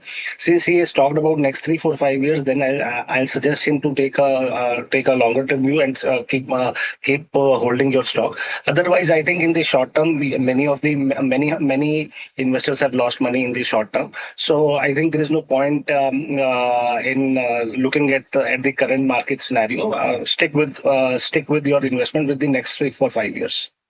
Okay, the next query is coming in from Kotresh. He wants to know whether can he buy Lodha developers at the current market price. Any targets that you could suggest on this, Kunal? See, it's a linear decline. In fact, in the last 1 month, this counter has come down from 1100 to 680, and still there is no respite on it. So avoid buying such counters. I'm not denying the support which we might see near 550, 560 levels, but why to catch the falling knife, right? So wait for some kind of consolidation and think of initiating a buy at that point in time rather than just catching the falling knife. Got the view, Kunal. The next question, that's coming in now. It's from our viewer Udit from Mumbai. Udit, good morning. Welcome to the show. What's your query? Good morning, gents. My query is on EPAC prefab. I've been continuously following your narratives about these shares, and I know the fundamentals are strong, but over the last couple of weeks, this is sort of going down. And is it worthwhile to catch the falling knife now, or wait for these things to go down and then try to average it out? Got it, Udit. So your pertinent query is on EPAC prefab. Is that correct? And you're asking if it's pertinent to average down at this point of time within this particular counter. Would that be correct? That is the correct reasoning, Puneet. Okay, but Udit, your buying price at 109. I can see that the 52-week low is also what's hit today. So how did you buy it at 109? I think the IPO price was also over 190 to 200 rupees, right? No, I got that wrong. I think I'm falling on a loss, Puneet. That figure which I told to NDTV profit is wrong. I'm on a loss now. Okay, you're in a loss. So what would be the average price you're holding this counter at, EPAC prefab, right now? 200. 200. Okay, got it. Saurabh, this counter post Q3 results has continued to be weak, right? Should Udit continue to hold, maybe wait for Q4 results to just get some perspective from the management? Would that be your view? I think it is, yes, he may choose to wait for the March quarter earnings. It is a recent earnings, and the confidence usually comes after 3, 4, 5 quarters when we see the results after the listing and the kind of the management commentary, whether the management commentary is matching up with the result coming out or not. In this case, I think it is too early to make a comment. I think it will be wise to wait for the March quarter earnings. The next query is coming in from Murthy from Visakhapatnam. He's holding 50 shares of Amara Raja, bought at a price of 1,150. He wants to know the long-term view. Should he average or exit? Saurabh, any view on Amara Raja? I think while the space is good, but I think in the short term, what is happening with the commodity, I think commodity started running even before this war broke out. And I think this is the material cost which may be disturbing all these companies. In the short term, I think the pain should be there. I think the earnings and the margins will continue to bleed. So in my opinion, I think it is better to get out in case you get any opportunity. Got the view, Saurabh. But next question that's coming in, it's from Rajesh Maheshwari from Indore. He is a regular viewer. Asking on a counter that has been beaten down, bruised, name it, it's Solar Electric. He's holding roughly 1,400 shares, bought at 49 rupees per share. He's asking in the present scenario, does it make sense to stay invested or exit out of this counter or move on?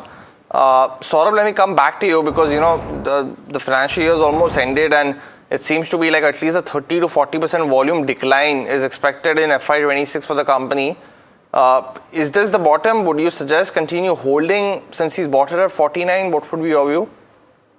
I think in the market, the stock price generally goes up when there is an enthusiasm, and enthusiasm comes from the earnings. When the earnings are seeing erosion, how the stock price can go up. I think there is no point in chipping. Otherwise, also there have been quite issues with their management and their guidance also. So market has no confidence in this company, and that is why we are seeing the stock price cooling off in the last so many quarters. I think, in my opinion, it is better to get out. Next is a caller query coming in from Bangalore. Mohammed, you can go ahead and ask your query. Hi, good morning to you all. Good morning, Mohammed. I have Azad Engineering, bought it at the rate of 1,551 average price, around 50 stocks. I want to know what is the short-term view on this and what should be the stop loss? Kunal, short-term view on Azad Engineering, any stop loss if you could suggest? Absolutely. In fact, this counter is consolidating in a broader range. The support on the chart, which I can see, is around 1385, and at the same time, resistance is at around 1900 levels. I think last week only it hit the exact support level of 1360. So consider that to be a good stop loss. 1360 can be a good stop loss. One can think of, in fact, buying this counter because the risk-reward ratio is favorable, and that support is not broken since 1.5 years. So yes, it can be bought, and if our viewer is already holding, I think 1360 can be the good stop loss, and the targets can be around 1800 levels. Now this is again on a weekly chart, so it's a positional target. Positional target from Kunal coming in on Azad Engineering. But next question is coming from Tulsi from Hyderabad. Again, a question that we've been getting quite a bit on HDFC Bank. Now, Saurabh, she's asking if it's the right time to buy into this counter. Now, you've seen the RBI measures have an impact on the stock, so it's trading at levels that we've not seen for the last few years. Are you in the camp that suggests buying HDFC Bank in one go in a staggered manner? What would be your recommendation? I think at this point in time, I would not be a contrarian with respect to the market. I would suggest, I think it is better to let it go. Do not chip into the HDFC Bank. Maybe there are some issues which investors are not being privy to. I think instead of chipping into HDFC Bank, I think ICICI Bank looks much promising in the private sector space. Okay. The next query is from Venkat Ramanan from Bangalore. He's a senior citizen. He is invested in multiple banks: Bank of India, Equitas Small Finance Bank, Yes Bank, and IndusInd Bank. Currently, he is sitting on a loss of around 10 to 15% in each of them. He wants to know which of these can he add, exit, or hold. Saurabh, any view on Bank of India, Equitas Bank, Yes Bank, and IndusInd Bank? Which should he hold, which should he exit, which should he average? In my opinion, I think he should exit Equitas, IndusInd, and the other name you said is? Yes Bank, IndusInd Bank, Bank of India, and Equitas Small Finance. Apart from Bank of India, I think you can sell all the remaining three. And if you would like to be in this space, I would suggest you to go with the maybe Indian Bank and ICICI Bank. Got that view. So Saurabh's definitely not liking a lot of those banking names this morning at this point of time, barring something like ICICI. And got that view, Saurabh. But the next question coming in from Zakir from Dubai. He's holding shares of transformers and rectifiers bought at roughly around 280 rupees per share. He wants to hold for the next 6 to 12 months. Kunal, would you recommend that? Any targets that you can give for Zakir? So on the transformers and rectifiers chart, if I look at the weekly chart, this counter is consolidating well between 230 levels to 330 levels. But on the daily chart, yes, it is now again, breaking their small minor consolidation. So the good support, which I just mentioned, is 230. I think that can be the level to watch out for. If he gets the opportunity to buy near those levels, he can think of averaging out also. And again, the positional targets on that can be 325 to 330. But at this point in time, which is at 259, I think we should wait for the price to come near those extreme levels to have the favorable risk reward ratio. Okay. The next query is coming in from Mahesh from Andhra Pradesh. He's holding 67 shares of Tata Tech, bought at an average price of 727. Should he continue to hold this counter for long term? Saurabh, any view? See, we have a very negative view on the IT sector, and with respect to Tata Tech, the company has seriously disappointed over the last many quarters. I think that is why the stock has been languishing. There's no point in sticking with it. I'll suggest an exit. Got that view, Saurabh. But the next question on ADF Foods. Now, Sonu Kumar from Haryana actually bought it at 182, currently sitting on a loss. Kunal, what would be your recommendation on this particular stock? Should he continue to hold? And I know you're against averaging, but what would be your view? See, now counter has come down from 350 to as low as 150. And if I look at the January 2023 lows, December 2022 lows, those were around 140, where the counter consolidated for quite a long period of time. So yes, now it is reaching near that support level. Advisable to hold on for now with the stop loss of 140. And again, as I mentioned earlier, if counter consolidates near this level of 140 to 160, one can think of initiating a buy, but wait for a while. I think this support level should be held. Looking at the volume activity, it's a bright possibility. Very interesting, Kunal. But viewers, Saurabh as well as Kunal, time now for the rapid fire round in this edition of Fast Profit. Request you to keep your answers on buy, sell and hold. The first question coming in from Meher. She wants to know about IRCTC now that the stock has hit a 52-week low. Kunal, what would be your view? Avoid it. Rani from Tripur wants to know whether should she buy Nalco for the next 2 months. Kunal, any view?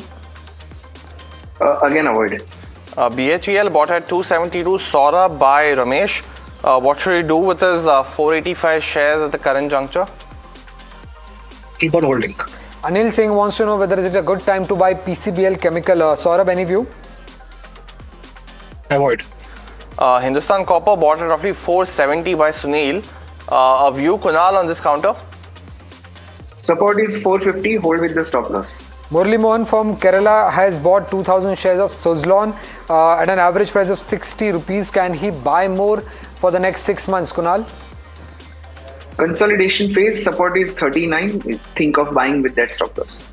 Kamlesh is holding 500 shares of Samman Capital at 155. Saurabh is asking, in view of the acquisition by another company, what should he do with this counter? Hold. Abhirup is holding 235 shares of Bank of Maharashtra at an average price of 64 rupees. Can he continue to hold this counter for the next 5 years, Saurabh? Hold. Between SBI as well as Canara Bank, Saurabh, since we are wrapping up the banking discussion with you, what would be your view for Kaushik? Is this good to buy now? I think go with the both. Siva from Amravati is holding 2,000 shares of IRFC, bought at an average price of 200 rupees. Should he sell or wait for the next 6 months, Kunal? Exit. We got the fundamental view on HDFC Bank, Kunal, but on the technicals, this is a good time to buy, is what Akhilesh is asking. Absolutely, I'm very comfortable with the present level. The consolidation breakout is 775. Look at the buying above that level. Sunita from Hyderabad wants to know whether is it a right price to buy Sirma SGS for long term, Saurabh? Yes, you can buy it. Colgate, Saurabh bought at 2213 by Sudhir. What should he do with his 195 shares now? Keep on holding. Chandra from Bangalore is holding the shares of DCX system. Should he hold it for short term, Kunal? Exit. The next question, that's coming in, it's from, let me pull up this counter. It's on Suzlon actually, bought by Murli Manohan. He's holding 2,000 shares at 60. What would be your view, Saurabh? Hold for the next 3 years. Okay, Alkesh Devidan is holding shares of ICICI Bank at an average price of 1,366. Should he buy more at the current level or any other price that you would suggest, Kunal? Absolutely, buy with the stop loss of 1,200. BEL bought at 408. Saurabh, what should Mr. Sharma do with this counter now? Hold for long term. Got it. Well, that's the end of the rapid fire as well as the first first round of the rapid fire as well. But viewers, stay tuned. Kunal, we'll let you go on that note. Thanks so much for joining in. Saurabh, stay with us. A lot more stock-related query viewers on the other side of this very short break.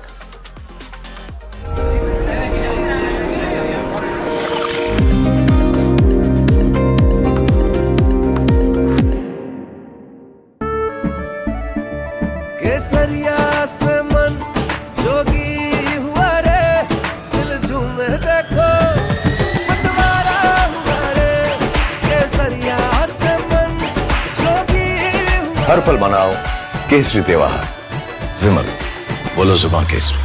हाथ ये हाथ केवल हल नहीं चलाते, मिट्टी से सोना उगाते हैं। ये हाथ केवल सिलाई नहीं करते, देश को नया रूप देते हैं। ये हाथ लोगों को उनकी मंजिल तक पहुंचाते हैं और इन्हें हम आसानी से लोन देकर अपना फर्ज निभाते हैं।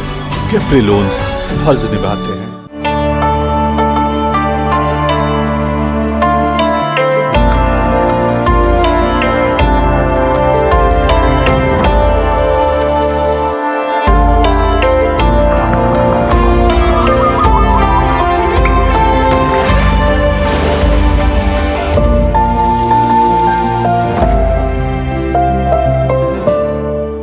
Presenting the all-knowing, all-powerful Tech Guru. Whoa. Guru? I'm no guru. Okay. I'm just a guy who loves his tech. A show where the mysteries of megabytes and motherboards shall be unraveled. Bro, nobody talks like that anymore. This is all about connected ecosystems, EVs and AI that you can use in your daily life. That's what we do on Tech 360. Real talk, real reviews, tech that you can actually use. Tech has changed. So should your tech show.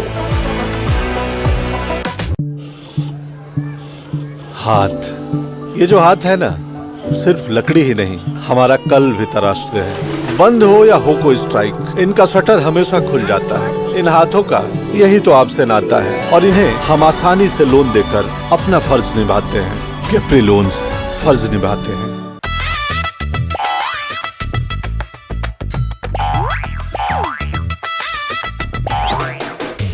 To understand the Tamil Nadu twist, join me in the midst of our people, language and politics. Vanakkam Tamil Nadu, here we come.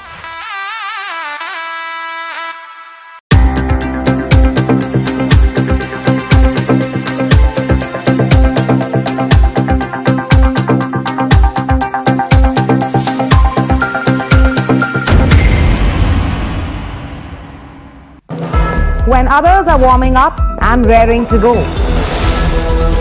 The stories that matter, the stories that shape your life. Hello and welcome to watching Prime 5 with me, Raisha Sehgal. What's Saturday? How to The show that sets the prime time agenda. We'll be deep diving into this topic to tell you what's at stake. Join me, Raisha Sehgal, on Prime 5 only on NDTV 24/7.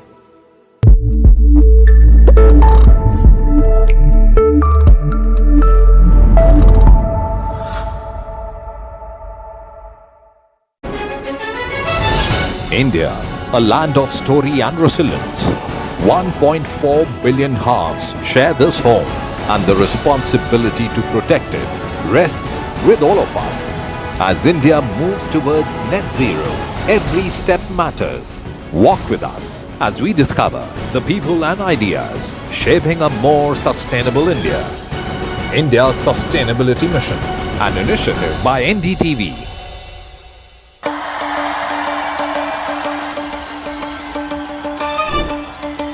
Will the rising sun win with a hand in hand? Will the two leaves and lotus bloom? Who will whistle to success in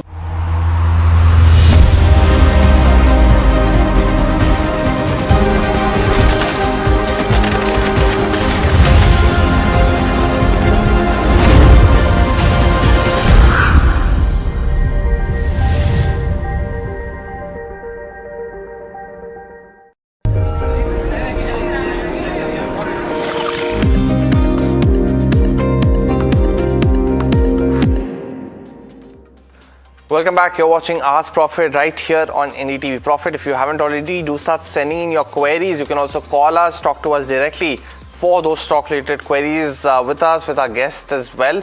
Before we move on to those, a very quick check of the BSE F&O setup for today, because we continue to see pressure on the markets. The Sensex also shows you that at this point of time in terms of stocks, because that has been the key aspect, right? A lot of those stocks in the banking space continuing to be under pressure.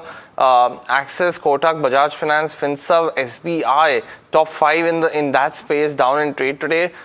Even in the gainers, very, very minuscule to form a trend. So continuing to be under pressure for now, down 1.4%. Apart from that, also, you are seeing the BankX also continuing to be in a similar trajectory for now. And the banking index, basis of what you're seeing on the Sensex heat map also continues to be under pressure today. So continuing to see those stocks which will be hampered, and the banking names and the Nifty bank will be something to watch throughout the day. In terms of long build-up, you're seeing Nalco as well as SAIL continuing to show momentum today. Short covering seen across Hindalco and Coal India. Now, Coal India, you also had one of its subsidiary lists today, so potentially could be a trend, but only up 1.4%. In terms of long unwindings, though, you're seeing Syngene feature on that list. So is L&T Finance. While a build-up of shorts seen yet again, and no surprises here in terms of the banking names. So continue to track all of these names. But let me welcome Ajit Mishra, SVP Research at Regulator Broking on the technical side now. And Saurabh continues to stay with us. Ajit, very good morning. Thanks so much for joining in. Before I come to you, let me just go across, take the next stock-related query. It's coming in on Indigo from Nitish. Now, he wants to know a short-term outlook and if it's the right time to enter. Ajit, given the volatility, is it visible on the charts as well? What would be your recommendation? Yeah, good morning, Puneet. So yes, the stock has corrected considerably from the record highs. We are currently hovering around the key support area of the long-term moving averages on the weekly chart, which placed around 3940, 3950 zone. But still, the crude is still a headache, not only for the airlines, but for the other related stock sectors like, paints and tires and all. So that is what reflecting that every recovery or rebound attempt is usually attracting selling pressure, and the stock is still hovering below its short-term averages. So in my opinion, if the view is short-term, one should refrain from any aggressive buying in the related sectors. And for Indigo specifically, wait for a decisive break or a recovery above 4,300 mark for any fresh buy. Okay. The next is a caller query coming in from Bareilly. Arvind, you can go ahead and ask your query. Good morning sir market की हालत तो बहुत बुरी है। मेरा query था, मेरे portfolio में एक शेयर है शक्ति पंप करके, मैंने 557 के रेट पे ले रखा है सर। अभी मेरे पोर्टफोलियो में 15% गिरा हुआ है, तो मैं इसको एवरेज करना चाह रहा था। क्या और भी गिरावट देखने को मिल सकती है जिस हिसाब से मार्केट है, और आप लोगों के और भी मैं शो देख रहा था, तो कहीं पे मतलब ऐसा तो लगता ही नहीं है कि मार्केट यहाँ से रुकने वाला है। तो अच्छा, आप ये शेयर लॉन्ग टर्म के लिए होल्ड कर सकते हैं बराबर? लॉन्ग टर्म देखिए सर ना, कि अगर लॉन्ग टर्म बोलते हैं ना, तो मुझे अपने गुरुजी की याद आ जाती है। उन्होंने मेरे को जो उन्होंने स्टॉक मार्केट सिखाया था, उन्होंने कहा मार्केट में कोई श्योर थिंग नहीं होती है, इवन एज एन कॉन्डम भी अनसेफ रहता है। तो उसी हिसाब से मार्केट की हालत है, अर्निंग्स तो आएंगी नहीं कंपनियों की। ठीक है सर, बट आप लंबे टाइम के लिए होल्ड कर सकते हैं कि नहीं, वो बताइए। तो मैं मैक्सिमम 3 साल के लिए। 3 साल के लिए, ठीक है। Saurabh, any view on Shakti Pump? Should he average at the current level and hold for the next 3 years? देखिए, मार्केट में जैसे आपने बताया अनिश्चितता बनी हुई है, सेलिंग बनी हुई है, स्टॉक्स काफी गिर रहे हैं और खासकर वहां पर ज्यादा सेलिंग आ रही है जहां पर अर्निंग इरोजन हो रहा है। शक्ति पंप के केस में वैल्यूएशन भी ज्यादा था और अर्निंग इरोजन भी हो रहा है। अगर आप लास्ट के कुछ क्वार्टर देखेंगे तो नतीजे अच्छे नहीं आ रहे हैं, डी ग्रोथ हो रहा है, तो मेरी सलाह से आप निकल जाए इसमें से। Got that view, Saurabh. So an exit is what Saurabh recommends at this point of time. The next one, Saurabh, also coming back to you, is on ITC. Our viewer Jayesh actually holds 10,000 shares bought at 350. So currently sitting on a considerable loss. Seems to be that he might have bought post what we see in terms of the cigarette price hike. Now, what should he do with this Saurabh? Because he is, of course, holding a considerable number of shares. Would you recommend him to average down now, or what would be your view? First of all, I think the recent hike was enormous. I think there has been a hike of I think in the range of 20 to 40% in the case of cigarettes, which is not well taken by the markets. And in fact, in the days to come, we'll see how when the March quarter earnings will come, how it has impacted the company's volumes on the cigarette side. In my opinion, I think the market has taken cognizance of the fact, and that is why the stock has been hammered down since that hike has come. So in my opinion, I think there is no point in getting average of such a huge quantity. Rather, I would suggest him to better, I think, reduce his position and maybe look for the space in the metal and banking sector. The next query is coming in from Anuj from Delhi. He's holding 1,000 shares of Suryodaya Small Finance Bank at an average price of 121. Any outlook on this, Ajit, Suryodaya Small Finance Bank? So, Sumit, this stock is still lingering with the negative bias for almost several months now. Though there were multiple attempts of recovery, rebound in between, the stock inched toward 150 mark, but it couldn't sustain. The good part is that he have bought it at recent levels. So my recommendation would be to exit and sit on the sidelines, let the stock stabilize above let's say 145 mark or a dip towards 100, not in between. Got that view, Ajit. But the next question, it's coming in on KIMS, Krishna Institute of Medical Science, and our viewer Suresh Nair from Hyderabad is actually a long-term investor. He's holding shares at 702, so currently sitting on the loss. Ajit, how do you view KIMS? It's also done a recent 1,500 crore QIP to reduce debt, but seems to be that Suresh might have bought it at a little elevated level. What would your recommendation be to him? So Puneet, if you see that at the early of this calendar year, the stock rebounded very swiftly, means from roughly around 560 to 760. It was very close to the record highs. But after that, we are again seeing that the stock is witnessing pressure in line with what we are seeing across the board, and especially in the healthcare basket as well, which were holding strongly earlier.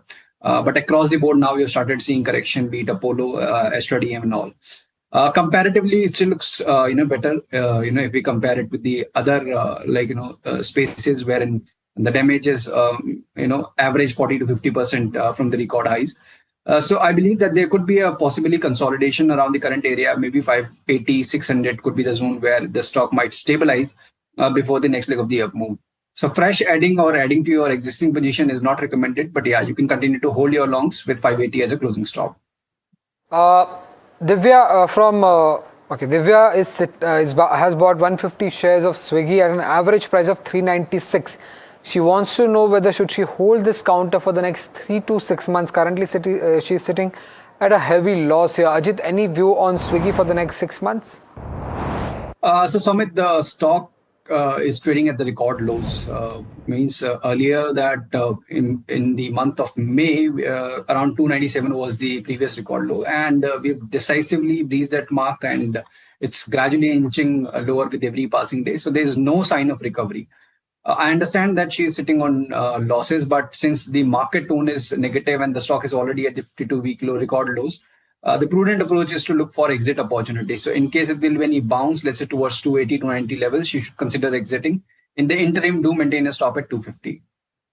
250 would be a stop is what Ajit is recommending. Down and out discounter yet again over the last few months. But Ajay is calling us actually now from Mumbai with a stock-related query. Ajay, good morning. Welcome to Ask Profit. What's your query?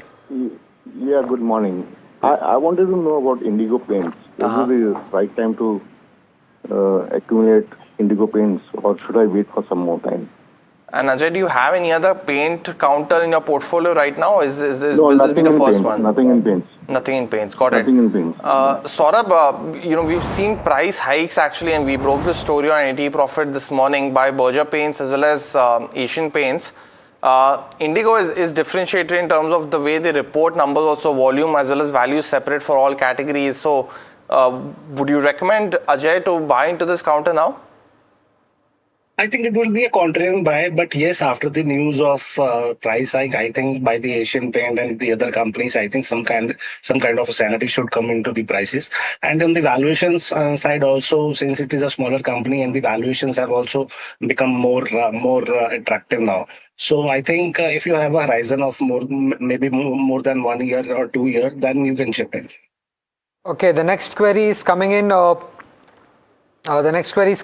From, he hasn't mentioned, the viewer hasn't mentioned his name, from Vedant, and he has bought few shares of IIFL Finance at a price of 505 for the he wants to know whether should he continue to hold this counter for the next 2 to 3 years. Saurabh, any view on IIFL Finance? Not particularly on the IIFL Finance, but yes, overall on the bank and NBFCs, we are positive, and for the next 2 to 3 years, it looks positive. Looks positive for now, according to Saurabh. But taking across the next query now, Mr. Lobo actually is holding shares of REC. Now, we've discussed this, stock over the last few weeks between the merger between REC as well as PFC, but he holds roughly 10,000 shares and he's sitting at a profit of 1.9 lakh rupees as of now. Now, REC has come off quite a bit since this impending announcement. Saurabh, if he still wants to hold, would you recommend him to book profits for this one and maybe buy into PFC? Would that be a better play? Yeah, of course, that would be a good play. And from both the stocks, from the valuation standpoints, looks attractive, and there is a good dividend yield play also. And the growth should be there for the next 3-5 years, close to 14-15% CAGR. The next query is coming in from Akhilesh. He wants to know, whether is it a right time to enter graphite India for the next 2 to 3 years. Saurabh, any view on graphite?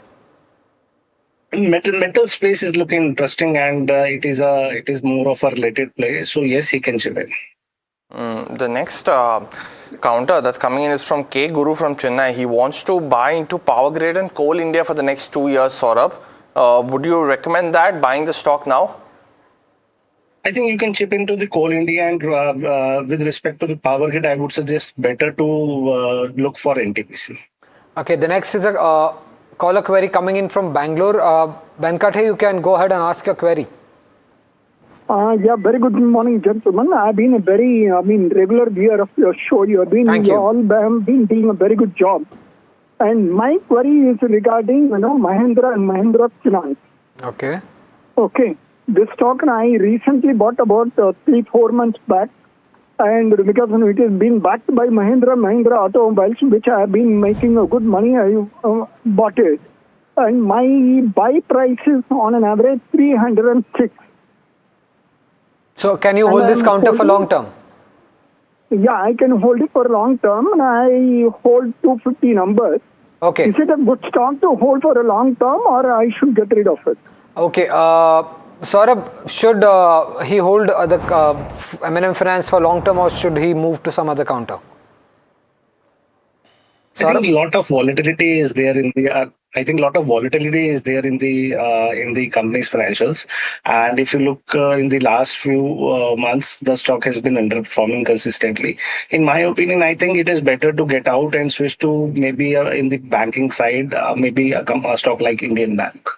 Indian Bank, got it. Well, the next one's on Geo Finance. Ajit, our viewer Ashish actually bought it at 304.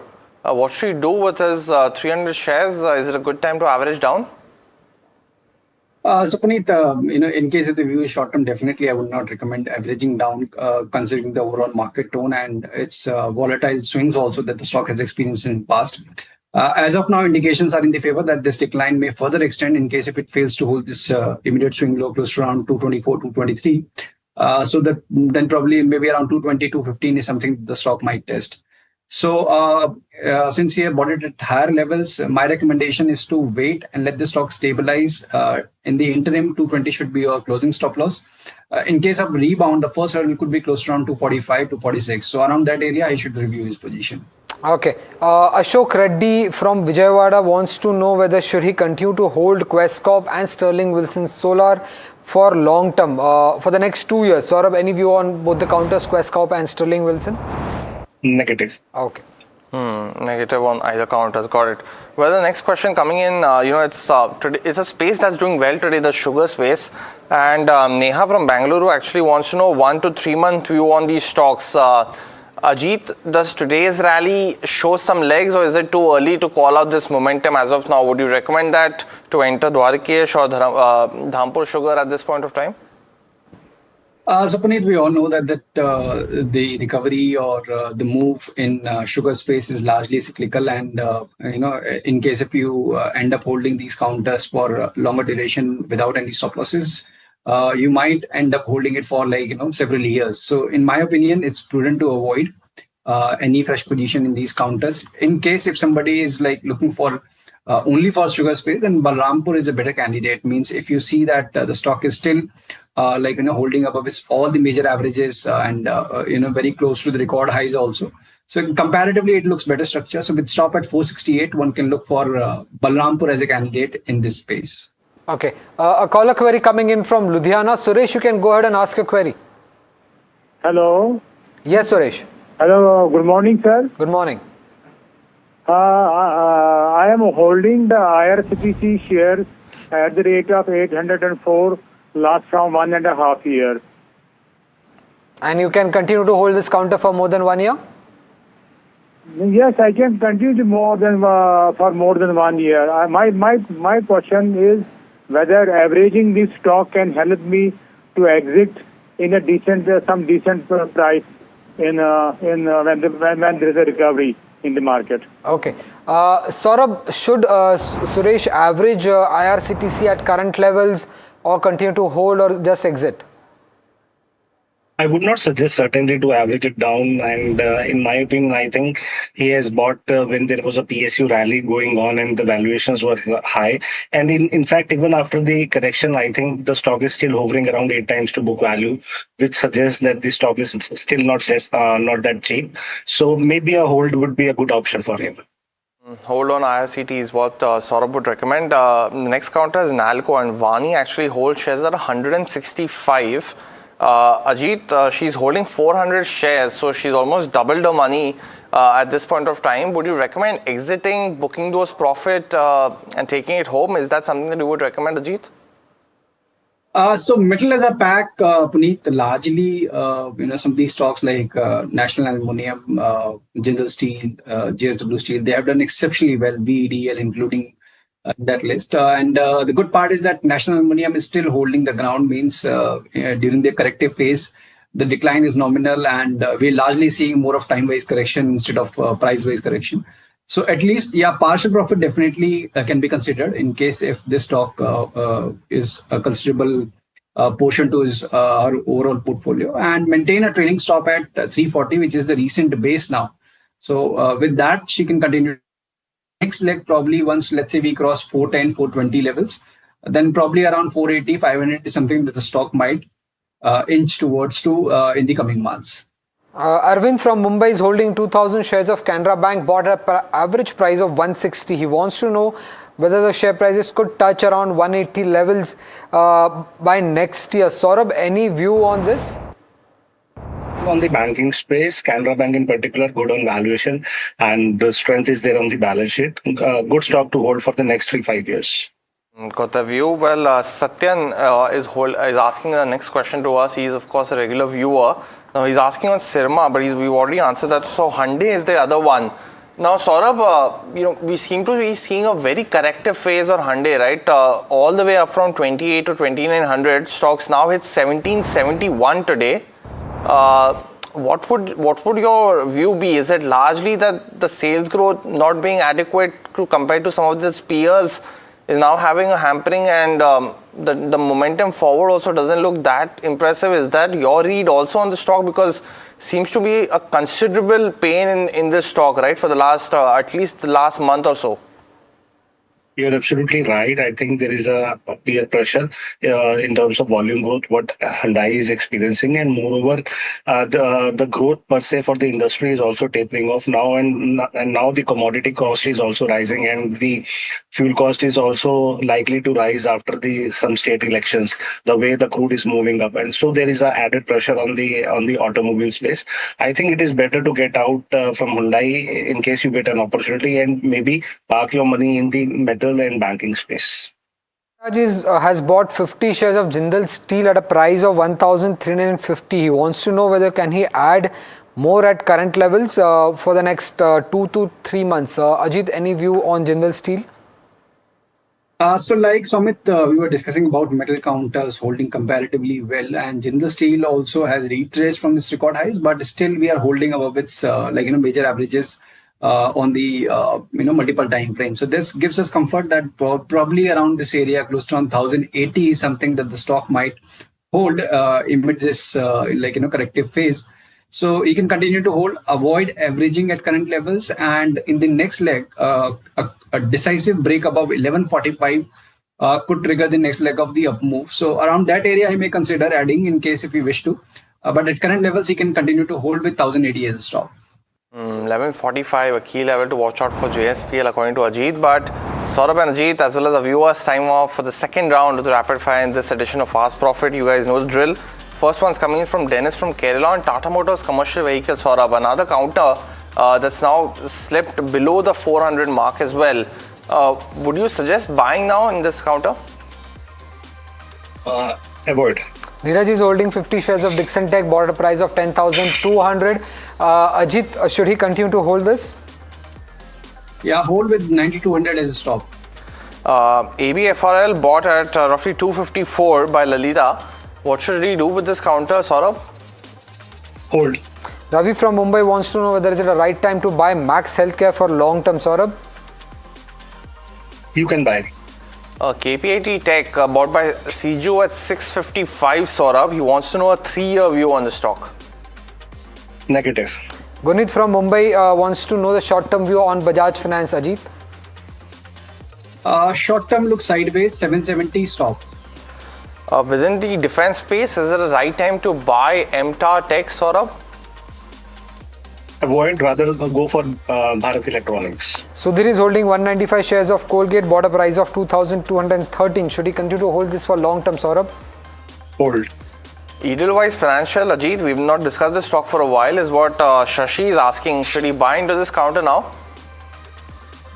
It do have support at 97, but wait for a sign of recovery. Buy only above 110.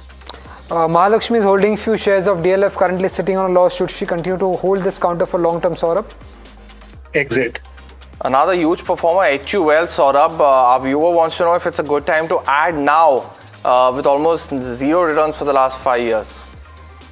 I think better go for Dabur or Marico. Ramesh from Bangalore is holding 16 shares of Coforge, currently sitting on a loss. Should he continue to hold this, Ajit?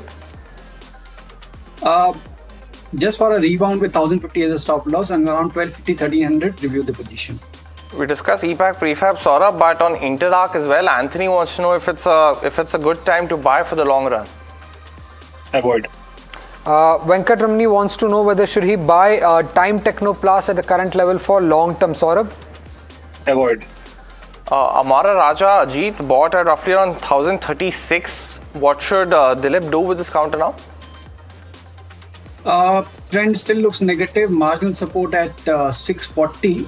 So use recovery around 710, 722. Reduce your position. Arjun from Bangalore wants to know whether is it a right time to buy Force Motors, Saurabh? You can buy. ACC bought at roughly 2,600. Ajit, what should Priyanka do with this counter? See, hold, but avoid averaging. Let the stock stabilize. So maybe close to around 1,200, we might find support. And viewers, of course, standard disclaimer, the channel that you're watching is, of course, part of the Adani Group, and so is ACC, as we discussed right now. The next one that's coming in, it's on FEM Industries. Saurabh, I think we've discussed this before, but would you continue to have a positive view on the stock? Yes, it's a hold. Manohar from Pondicherry is holding 5 shares of L&T, bought at a price of 3,800. Is it a right time to add more, Saurabh? Avoid. IDFC first, is it a good time to buy is what our viewer is asking. Saurabh, what would be your view? Avoid, rather go for Bank of Maharashtra. Raghav from Hyderabad is holding 40 shares of Varun Beverages, bought at a price of 420, currently sitting on a loss. Any short-term view on this, Ajit? Use recovery to reduce 410, 420 strong resistance. ITC Hotel bought at 194, Ajit, by Suman. He's actually asking if he should sell it today and buy it again in a couple of days. What's the momentum in the near term? Momentum definitely looks negative. He can do so. Got it. Well, that's the end of the rapid fire. Ajit and Saurabh, as well as the viewers, thanks so much for sending your queries, and thank you to Saurabh and Ajit for helping us solve all of this, because we've solved a considerable number of 80 queries in this last 1 hour. A lot more stocks related queries at 2 p.m. for the afternoon edition of Ask Profit. But viewers, all the time on this edition of the show. Thanks so much for watching. KYC comes up next.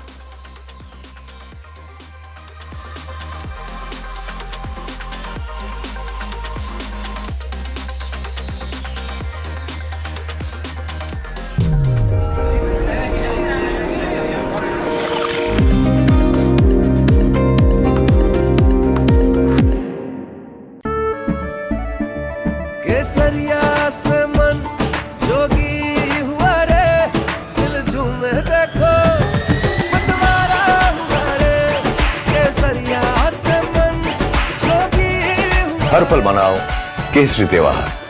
विमल, बोलो जुबान केसरी। बिटिया की शादी है हमारी। बधाई हो, बधाई हो। कुछ पैसे मिल जाते समय पे लौटा दूंगा। जिंदगी में जरूरत के वक्त हम अक्सर अकेले पड़ जाते हैं। इसीलिए तो केपरी लोन्स आपको गोल्ड लोन देके अपना फर्ज निभाते हैं। केपरी लोन्स फर्ज निभाते हैं।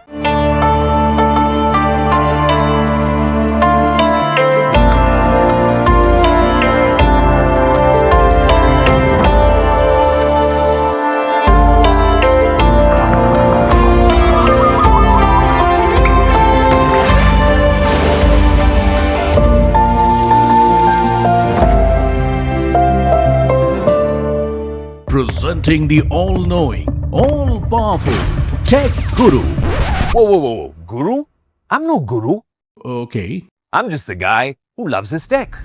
A show where the mysteries of megabytes and motherboards shall be unraveled. Bro, nobody talks like that anymore. This is all about connected ecosystems, EVs and AI that you can use in your daily life. That's what we do on Tech 360. Real talk, real reviews, tech that you can actually use. Tech has changed. So should your tech show.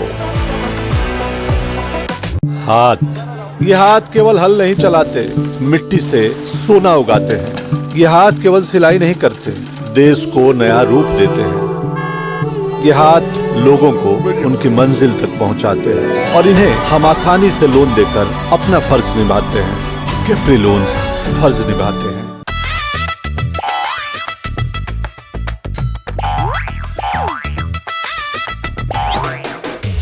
To understand the Tamil Nadu twist, join me in the midst of our people, language and politics. Vanakkam Tamil Nadu, here we come.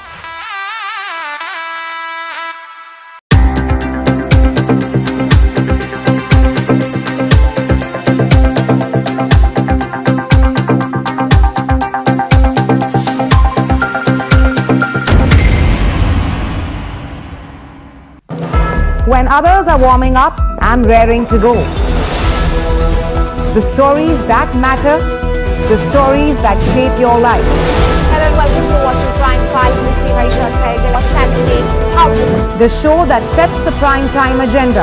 We'll be deep diving into this topic to tell you what's at stake. Join me, Raisha Sehgal, on Prime 5 only on NDTV 24/7.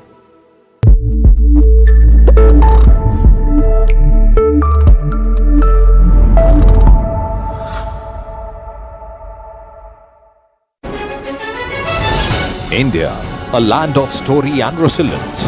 1.4 billion hearts share this home, and the responsibility to protect it rests with all of us. As India moves towards net zero, every step matters. Walk with us as we discover the people and ideas shaping a more sustainable India. India's Sustainability Mission, an initiative by NDTV.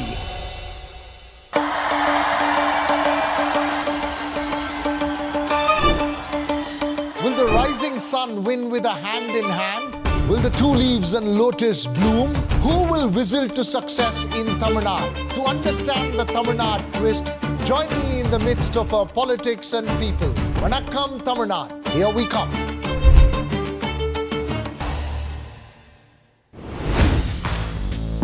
Hi, I'm Tamanna Inamdar. Watch me on NDTV Profit, where I break down the day's biggest business stories. What happened, why it matters, and what it means for your money. Hi, I'm Neeraj Shah. Watch me.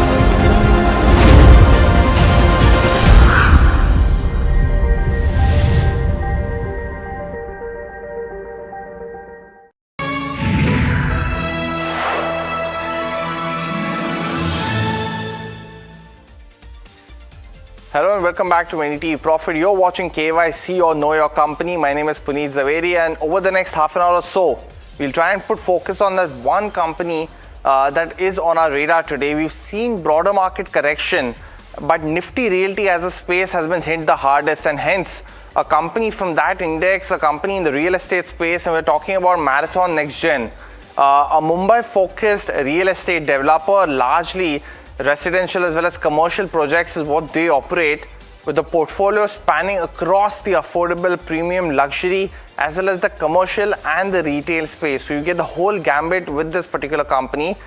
Did turn net debt free as of Q3 of FY26 with a very interesting QIP that the company did of almost 900 crores raised back in June and July. That has had an impact on the shareholding of the company, and we'll get to that, one of the parameters, in just a bit. But a 5-year profit CAGR of almost 43% has been quite strong at this point of time, given the post-COVID rush as well as sustenance of the same as well. Profit have also expanded consistently post FY22, as I mentioned, and one of the biggest aspects was the merger of Marathon Nextgen Township, which is effective of FY25, and hence there's a lot more to talk to the company about this. When you look at the primary products portfolio of Marathon Nextgen, though, the residential as well as the development as well as the affordable and premium housing is what the company operates in. So that has been a space that they want to earn, and it's very evenly balanced. In terms of some of the key projects though, Monte South in Baikala, the next zone in Panvel, which is a big, huge township that the company is developing, as well as new homes in Bhandup are some of the exposure that the company has in the MMR region, and that's Mumbai Metropolitan Residential Region for those who are new to this space. So this has been where you've had a decent uptick essentially in land costs as well as the price per square feet, and all these companies benefit from that. Amongst the other key project has been the Nirvana collection that the company launched back in November of 2025 at Panvel, almost a 600 crore gross developmental value, which essentially means the development potential of that particular land parcel.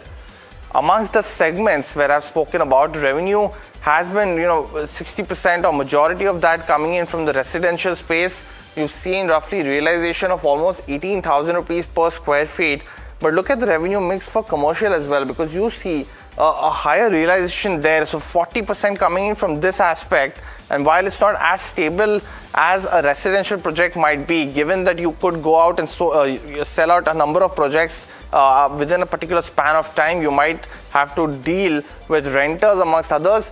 The realization makes up for it at this point of time. Now, very importantly is, and as I spoke about, the diversification, right? Commercial segment drives the higher realization as well as margin stability.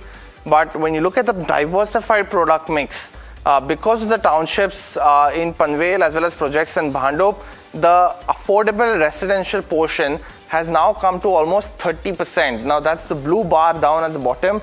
you are seeing roughly 24% come from the mid-size residential, and the commercial, which we spoke about a higher realization, is almost 26% of the company's revenue, with almost 20% coming in from the luxury space, where the company actually started out in low apparel, where they have a major commercial mix. So hence the realization and the meat of the margins comes from those commercial businesses. But in terms of the affordable side and the residential township side that the company has done, it's coming in from this residential side, which is almost 60% of the revenue. Move on and look at the key rating parameters now, because we have been talking about how important it is for a company like Marathon to give us some perspective on the income statement, balance sheet and cash flow as well. Now, you would be seeing that volatility across years for some of the key real estate makers, and hence what I would urge you to look at is the historical time frame that we're presenting, because those 3 years give you that perspective much better than that individual time frame as well. We'll also look at return ratios at this point of time. Along with that, look at the shareholding, which I've mentioned would change a little bit post the QIP. Street cred has been something that you and me are well versed with in terms of valuations, as well as the stock price that it has been impacted. Put some focus there as well as very operational metrics over the last 3 years, what have been the company's period at this point of time. The next part has been the first parameter that we look at, and that's income statement. Now, when you look at FY 24 to 25, you see that variance I was talking about, but the 3-year CAGR, both for revenue, its EBITDA as well as profitability, has been quite decent, especially on the bottom line. So a 70% CAGR from the FY23 levels. We have hence given this company a thumbs up at this point of time. But the Q3 also a very, very interesting time, because you saw that impact coming in for Q3. Labor code was a big impact. So you've seen profits dip by almost 33%, and so has the EBITDA, with a marginal growth in terms of revenue. So in Q3, the company's booking number was also in the lower side, and hence the margins hit the lowest, which it has been, but has been consistent at the 30% range, and hence a lot more to go for the company at this point of time. In terms of the balance sheet, that has been the other aspect. Share capital is largely reduced, but the increase of reserves from 762 crores all the way up to 1100 crores gives the confidence in terms of what the company's strategy has been in the long term, while the total equity has also seen a substantial increase because of the reserves at this point of time. We continue to monitor the company's borrowings, and they have gotten net debt free as of this. So you are seeing a 560 crore number as of FY25. That's literally become zero for the company because of the QIP, and this was something that they had spoken about over the last couple of quarters in conference calls. The net debt free was one of their agendas, and now has been achieved. Cash in bank has also remained quite stable at about 100 crores, and hence a thumbs up that we have given to Marathon Nextgen also on this particular parameter. So that's 2 in 2. Does the cash flow give us that perspective also is the other key aspect I want to focus on, because cash flow from operations as well as is one of the major drivers from profitability as well, and here is where the variance of the company is. So in FY25, because there was the negative CFO, and it's largely also basis of what the company has been investing, you see that operations to PAT number largely been missing from here. But the company has been, in terms of the net cash flow, got back to the positive net cash flow trajectory. But because there has been that variance, a lot of new projects coming in on stream in FY27 amongst others. Hence, we have given this a neutral rating for now. A lot more to watch out for, essentially at this point of time, for Marathon Nextgen within the cash flow side of things, and hence a neutral rating for now. Look at the return ratios though, and that gives you another perspective. It's better to look at a whole 3-year CAGR. 13 to 14% is a decent number for a real estate company, as well as amongst other sectors that we look at. Of course, a much better improvement from FY21 levels, but within this time frame, and hence given this neutral rating for now yet again, has been the other factor in terms of sustenance of that and improvement from this. ROE is the other factor, very decent, of between 16 to 18%, and hence while the ROC might be a little lower at this point of time, you would expect a lot of investment made in townships amongst others, and hence a neutral rating on the return parameters as well. Shareholding is the other key factor. We've consistently highlighted that because of the QIP, you will see a big difference between the promoter shareholding between March as well as December. But what's interesting is the increase in foreign investments as well as domestic investors substantially between those 3 quarters, and a lot of that QIP effect you see across the parameter now. A 24% shareholding from the public is also giving you that confidence that retail investors have bought into the story. So for that, as well as the promoter maintaining about a 50% share, we have given this company a thumbs up. Future debt raises will be something to watch out for, because one more raise of equity will dilute this number further, as well as for the existing shareholders as well. So continue to monitor shareholding, but for now, given the historical evidence that we have, we've given this a thumbs up. Look at the street cred though, and here is where we've been talking about the disappointment that across the space, because of the Israel-Iran war, has started to hamper the company's share price performance. Amongst other key factors, along with Nifty Realty, has been the other key impending impact of down almost 31%. 1 year return is down almost 21%, but the 5-year return for the company, though up 5x, still the near-term underperformance has been quite constrained. And now with FY26 almost over, with the company yet to report Q4, you're seeing debt being pared down, and hence this could be a very interesting play going into FY27, and we'll quiz the management on that too. Valuations is the other factor. As for real estate, we try to look at the EV by EBITDA metric for these companies.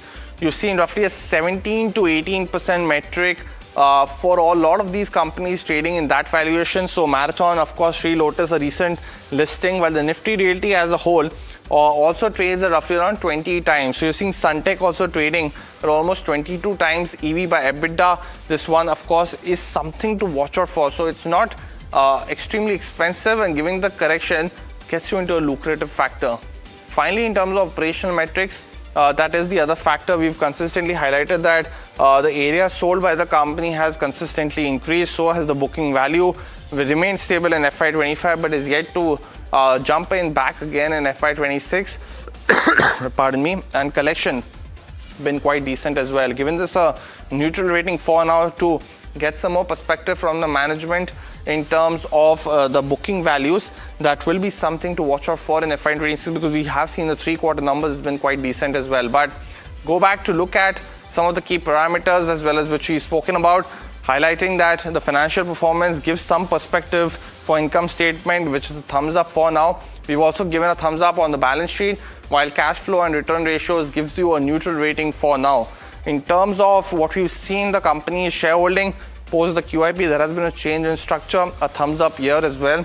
Street credit, like the other real estate companies, has been down, so we'll continue to monitor that. But valuations as well as operation metrics give you some more confidence at this point of time. So overall, when you pull up the ratings, the company is trading at 5 out of 8 of the ratings for KYC right here on NDTV Profit. But important to get some perspective now from management. Mayur Shah, the Vice Chairman of Marathon Nextgen Realty Limited, is now joining us to give us exactly that. Mr. Shah, a very good morning to you, sir. Thanks so much for joining in right here at NDTV Profit. My name is Puneet. Just the first question, right? Because we've seen Marathon transition continue to maintain in terms of the luxury space and now going into affordable housing as well. Give us some perspective of the company's strategy to have and go into townships at this point of time, and in terms of how that would change your financials, if any perspective to start us off. Good morning. Marathon has always been looking at a very balanced portfolio in every cycle of the project cycle, particularly luxury, commercial, outskirt township, and affordable segment within Mumbai. So we've been balancing that portfolio for quite some time, and going further also we would like to balance it, because we are seeing a very strong push of infrastructure by the government in almost all the across Mumbai MMR, and we feel that luxury as well as affordable and outskirts, including commercial within city, is going to do very well in the next 3 to 5 years. So how would you see the change? So because, we did pull out, Mr. Shah, the change between the metrics. So affordable continues to be at almost 30% of your portfolio. Residential is almost, the mid-size residential is almost 24%. Commercial is almost 26%. So how would that mix change with the townships coming in? Do you feel that the overall residential metrics close to 60% will increase slightly over the next few years? Yes, but see, it depends on the cycle of the project also. Many times you have commercial projects start reflecting at the end of the project because it's all sold in a ready inventory kind of a thing. So we'll be starting building a new commercial inventory in the next year and next 2 to 3 years. So more or less this would balance will be similar to what you are seeing right now on the screen because of the affordable housing in the outskirts where our portfolio Panvel is doing very well, and we really want to really increase that portfolio to some extent and also the Bhandup where we have SRA portfolio that also contributes towards affordable. These two affordable housing has a very ROI is very high, and the sales velocity is much better than the luxury, which we have seen over the period of the time. So, we keep tweaking this, balance between the portfolios which we have in our whole micro markets. So, two key questions now, Mr. Shah, from what you said, that you will be looking to rebuild your commercial portfolio yet again in the next 2 to 3 years, because a lot of your legacy commercial portfolio in Lower Parel has been doing very well, that your average realization also quite high. Where can we expect in terms of this commercial properties to come in? Will that be largely in the outskirts as you mentioned, or will that be in these spaces where your realization has been quite high because it is a very competitive market there? So what would be the strategy be there for the commercial portfolio? Which kind of areas would you want to be targeting at this point of time? So we'll be targeting commercial portfolio. A major portfolio will be within the city. Okay. We're looking at a central Mumbai type of development, very similar to our Marathon Future X type of location. We are also having like Millennium project, which is on the Mulund, on the next to touching to the metro station.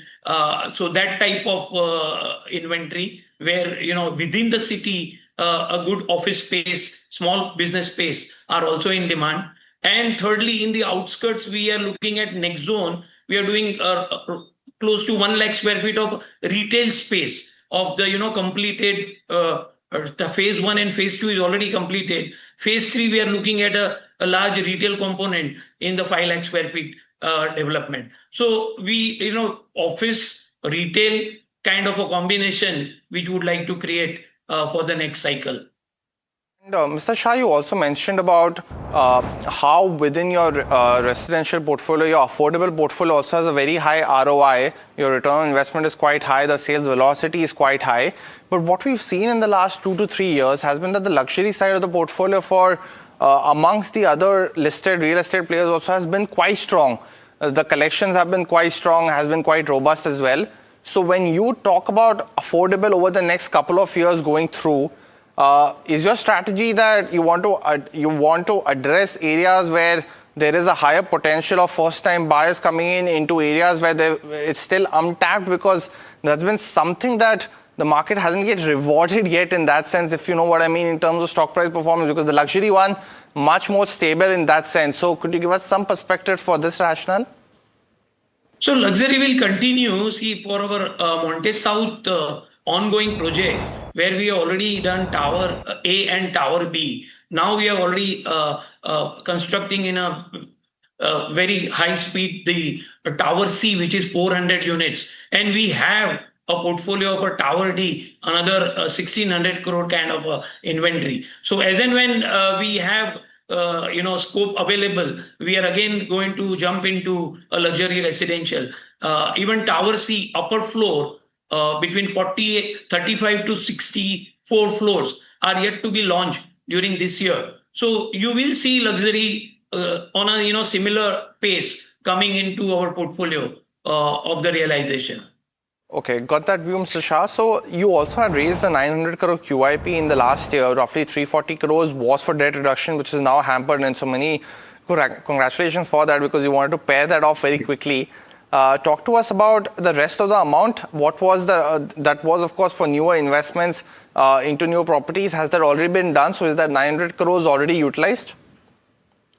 Yeah, for the debt part, as you rightly pointed out, it is already been utilized. The balance we are infusing as per our QIP statement into our ongoing projects. But we have set aside 300 crore for the new acquisition, which result we have been negotiating with various projects of redevelopment, JD, and all those things in particularly South and Central Mumbai, and a high value kind of a realization should be more than 40,000 square feet on carpet.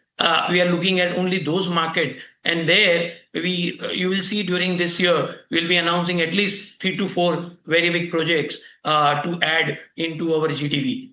So is there any target? Because the follow-up question, of course, would be on your return on capital employed, right? Because your ROEs are quite strong. Because you're holding so much cash in your portfolio right now in your company, you are seeing the 13 to 14% range largely maintained until last year. So could we expect that deployment of 300 crores to happen in FY27, and hence any target ROC that you are maintaining over the next couple of years? Yeah, see, thing is, the deployment of the funds are depending on the projects acquired, and then it goes through the cycle of approval and all. So we are very confident that within the next 1.5 years, we should be able to deploy the entire fund which we have now, as per the projects which are under negotiation. And definitely, you'll see those announcements. We are looking at least 4,000 crore of GDV to be newly added during this span of 12 to 18 months by way of these new acquisition projects. So 4,000 crores gross development value over the next 12 to 18 months, got that view. How much of that would be coming in from your Panvel landscape as well? Because you've seen a new airport come in Mumbai, that's also coming in Navi Mumbai. And hence all those around areas, as well as CM Devendra Fadnavis talking about the Naina city coming in. So as a third Mumbai in that sense, you have almost 200 acres of land there. Could you give us some perspective of the development of the same, as well as a rough timeline of what could be the expectation, and how much of this 4,000 crores will include land parcels from there as well?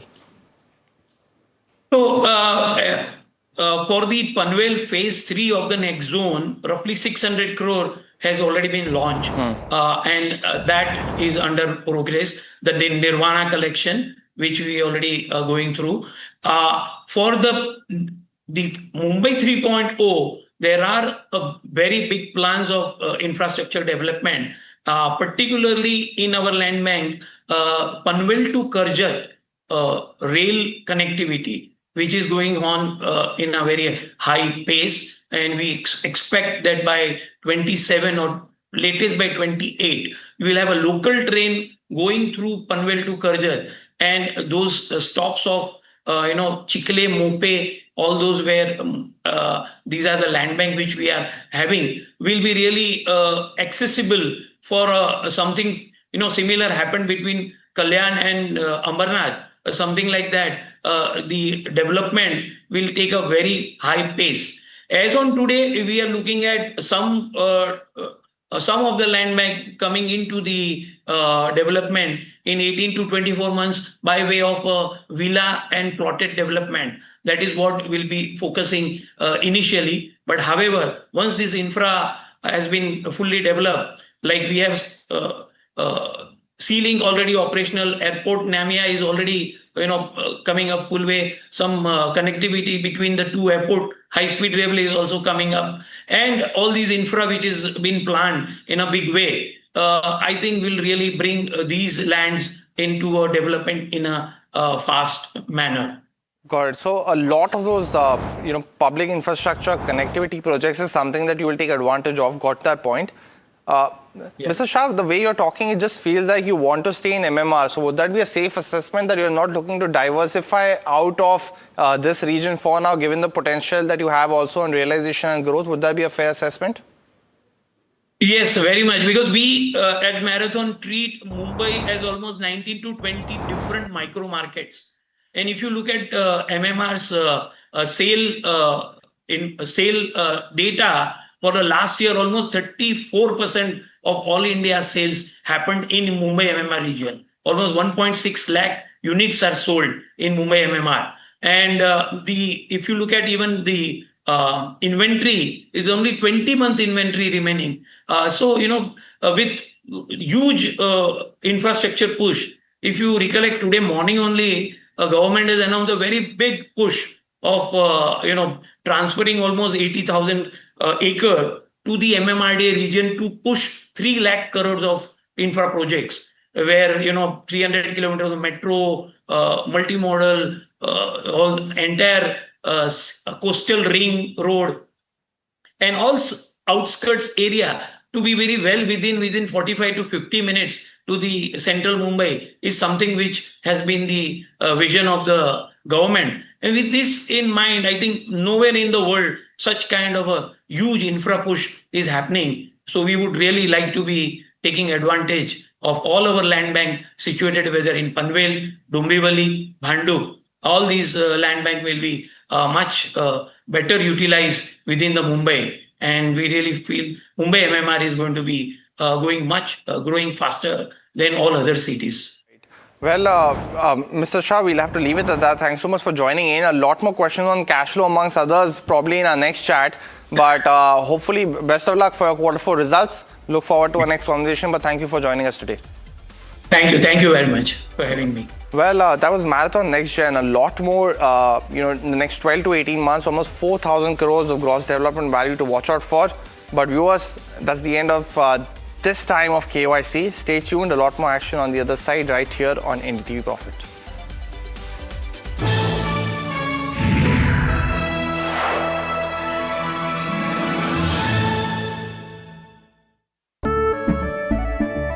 केसरिया से मन जोगी हुआ रे दिल झूमे देखो मतवारा हुआ रे केसरिया से मन जोगी हुआ हर पल मनाओ केसरी त्योहार विमल बोलो जुबान केसरी।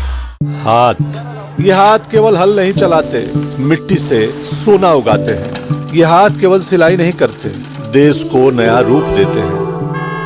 ये हाथ लोगों को उनकी मंजिल तक पहुंचाते हैं और इन्हें हम आसानी से लोन देकर अपना फर्ज निभाते हैं। कैप्री लोन्स फर्ज निभाते हैं।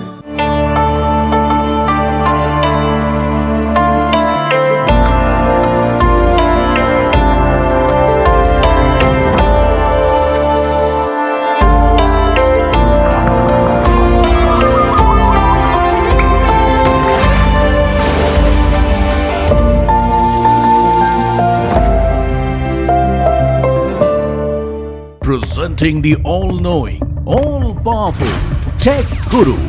Whoa. Guru? I'm no guru. Okay. I'm just a guy who loves his tech. A show where the mysteries of megabytes and motherboards shall be unraveled. Bro, nobody talks like that anymore. This is all about connected ecosystems, EVs and AI that you can use in your daily life. That's what we do on Tech 360. Real talk, real reviews, tech that you can actually use. Tech has changed. So should your tech show.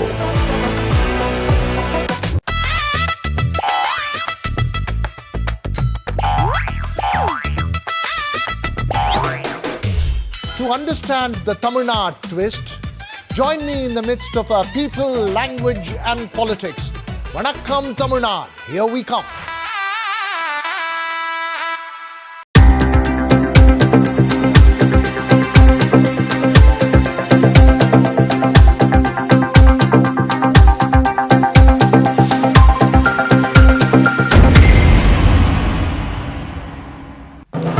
When others are warming up, I'm raring to go. The stories that matter, the stories that shape your life. Hello and welcome to watching Prime 5 with Aisha Sehgal on Saturday. How to The show that sets the prime time agenda. We'll be deep diving into this topic to tell you what's at stake. Join me, Raisha Sehgal, on Prime 5 only on NDTV 24/7.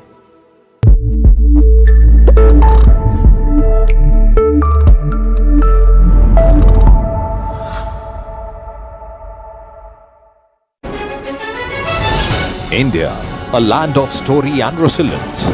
1.4 billion hearts share this home, and the responsibility to protect it rests with all of us.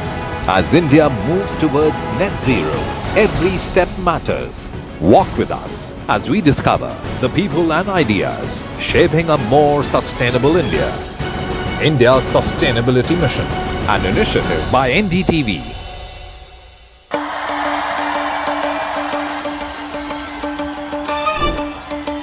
Will the rising sun win with a hand in hand? Will the two leaves and lotus bloom? Who will whistle to success in Tamil Nadu? To understand the Tamil Nadu twist, join me in the midst of our politics and people. Vanakkam Tamil Nadu, here we come.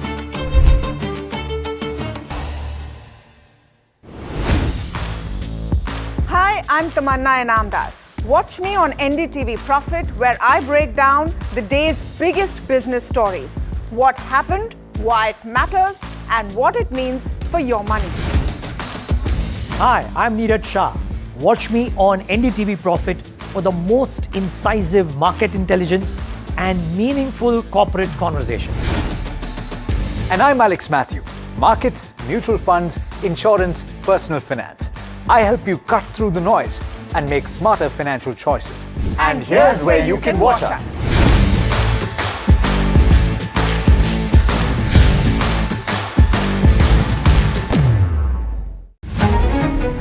New Year.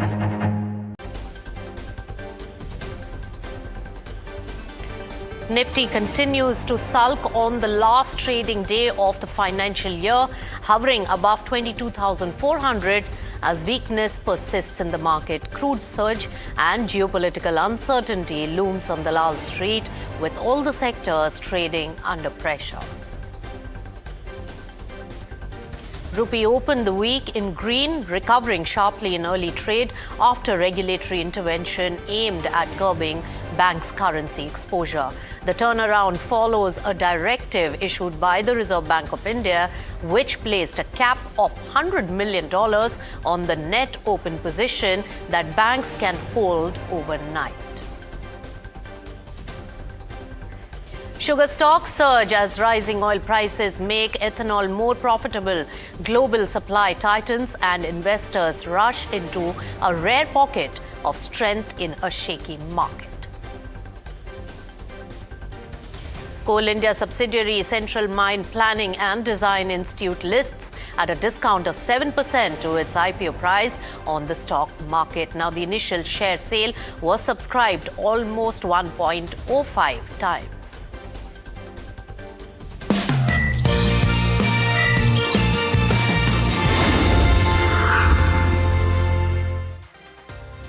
Hello and welcome. You've tuned into Markets at 12. I'm Nisha Poddar. Let's take you through the market. Extreme pressure being seen on the Indian markets, and that's on account of two factors connected to each other. First, of course, no sign of de-escalation of the Middle Eastern tension, and what that means for India is always crude oil prices, higher prices of that really putting pressure on the Indian market because it'll have a wider economic consequence. And that's where Brent crude holding at $115 per barrel is very bad news for India. And that's also putting pressure and also making the FIIs nervous. So therefore, that pressure really showing on Nifty 50, 22,500 odd levels, struggling to stay at above 22,500 levels, 1.3% down in trade. But if we really look at all the sectoral indices, barring a handful with minor greens like metal index as well as oil and gas,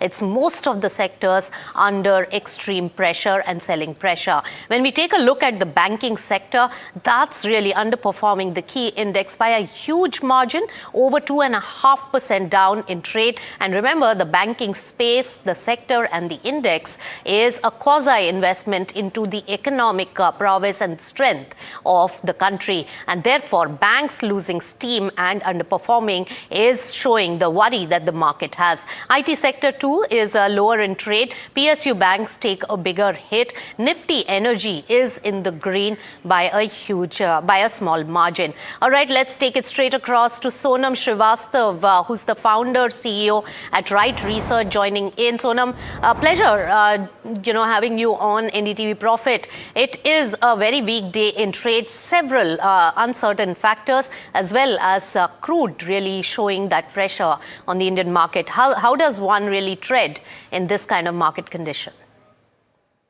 Yeah, I think it definitely is a tricky situation right now with the geopolitical crisis in place and no solution coming out as of now. And, I think escalating news of maybe boots on the ground from the US or closing of the Strait of Hormuz and the related, the other state as well.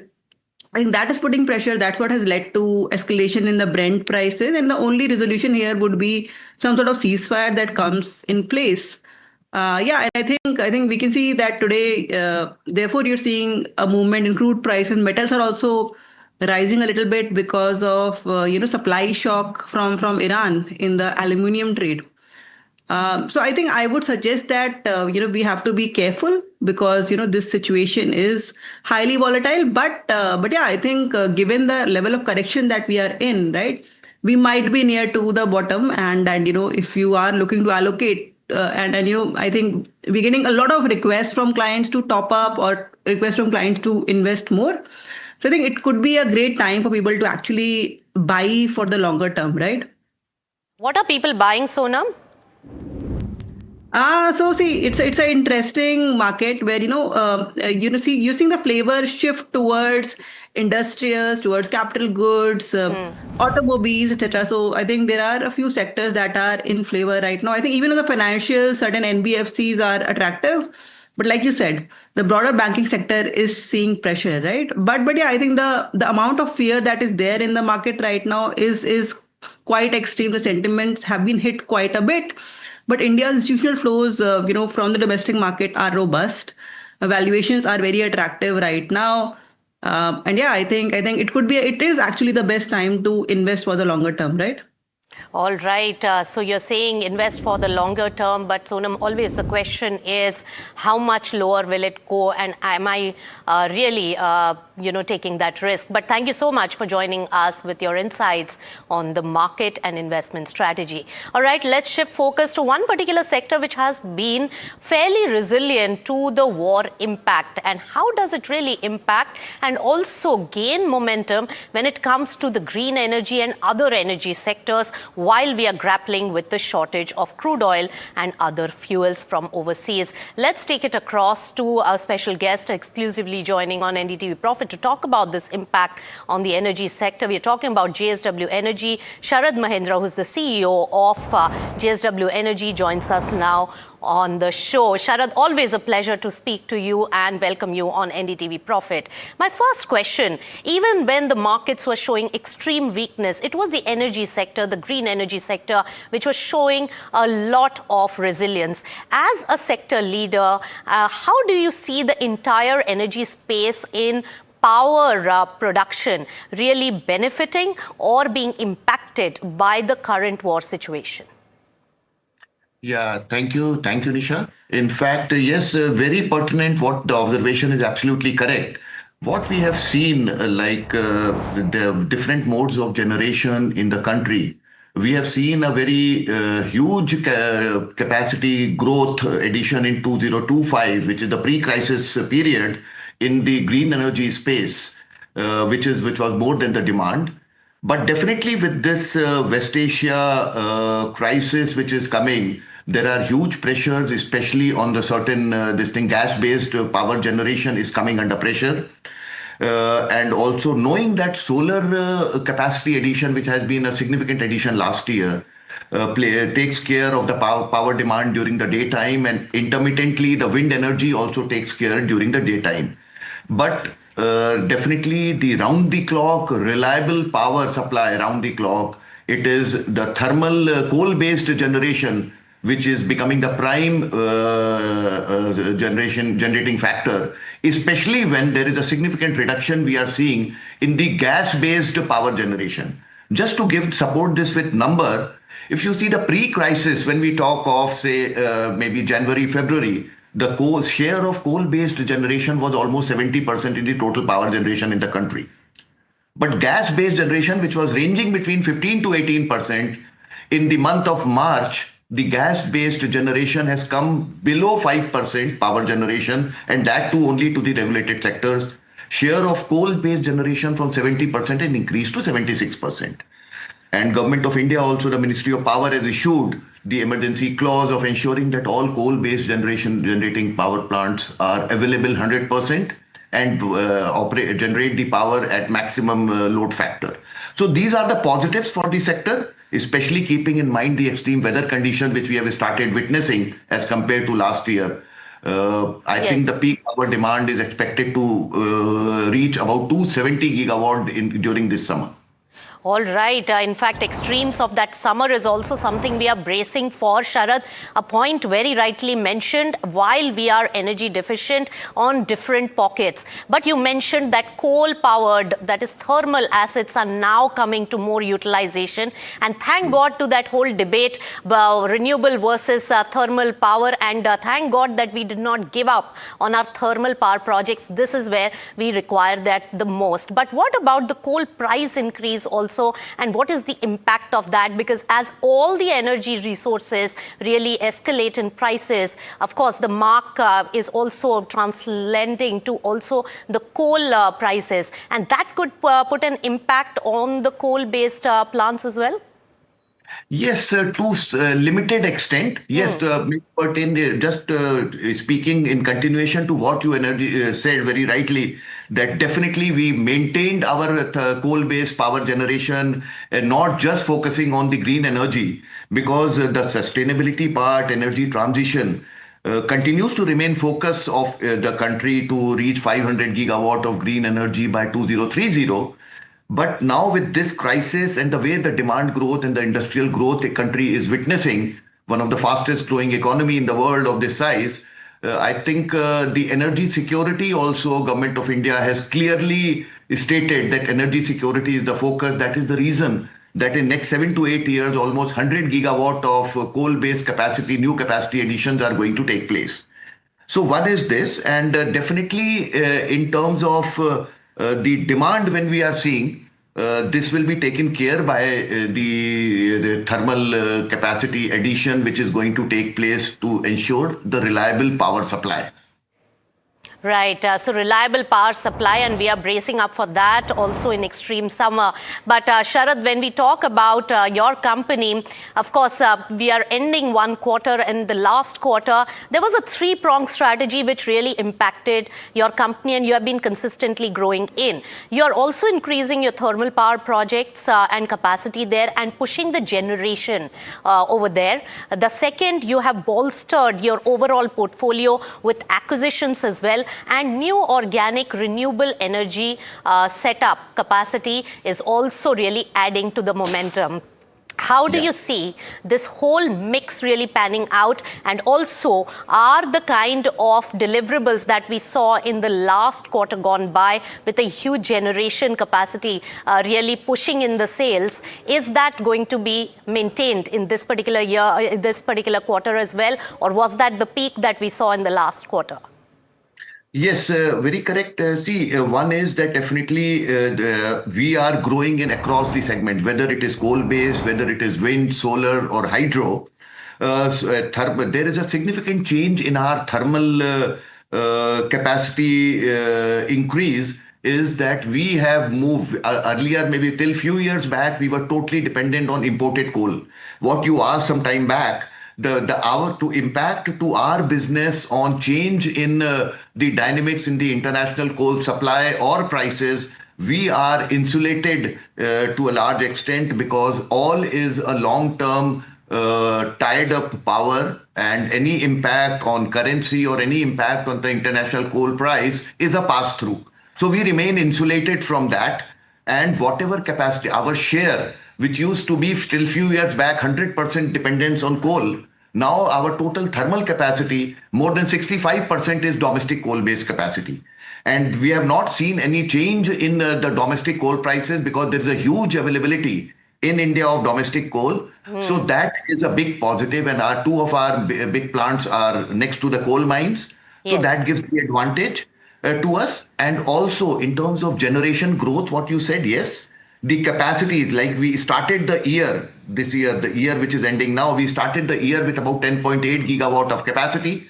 End of December, what we have announced of almost 13.3 to 13.4 gigawatt of operational capacity, a mix of this 100% from 10.8 to 13.3, 13.4 is all the green energy capacity which we have added and commissioned. And more is getting commissioned during the this quarter. So this all will further add to the generation which you saw. And Q3 generation normally is not the best of the generation because the hydro is low. It is not the wind season. Yes, so going forward, it's a going to be seasonally further weak increasing. The generation growth will be further there significantly. All right, Sharad, I got your point that, Q3 being seasonally weak still performed, so Q4 could be better than that, is what you're saying. But my final question and a quick answer to that, finance cost because of your expansion as well as also M&A has also increased on a YOY basis substantially. Also, your 3,000 crores preferential promoter approval has also come. So that is going to add to some strength when it comes to the equity side. How are you going to use this? Because your debt to EBITDA is at 4.9x. Are you comfortable with that? See, when we talk of debt to EBITDA, normally removing the construction work in progress, which definitely is going to give the margins and the revenue going forward, I think 4.9 is a very reasonable debt to EBITDA ratio against the industry benchmark of 5.5. So I think we are comfortable. And when we are in a high growth phase, and this is a 3:1 debt equity annuity business, debt equity. So definitely we will be maintaining within the industry benchmarks and our guardrails in terms of the debt to EBITDA.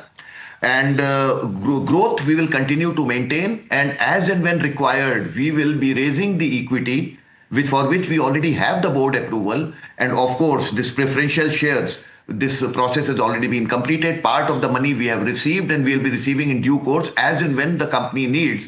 But definitely maintaining the debt to EBITDA ratios for which the benchmarks are protected and maybe the rating agencies also are comfortable.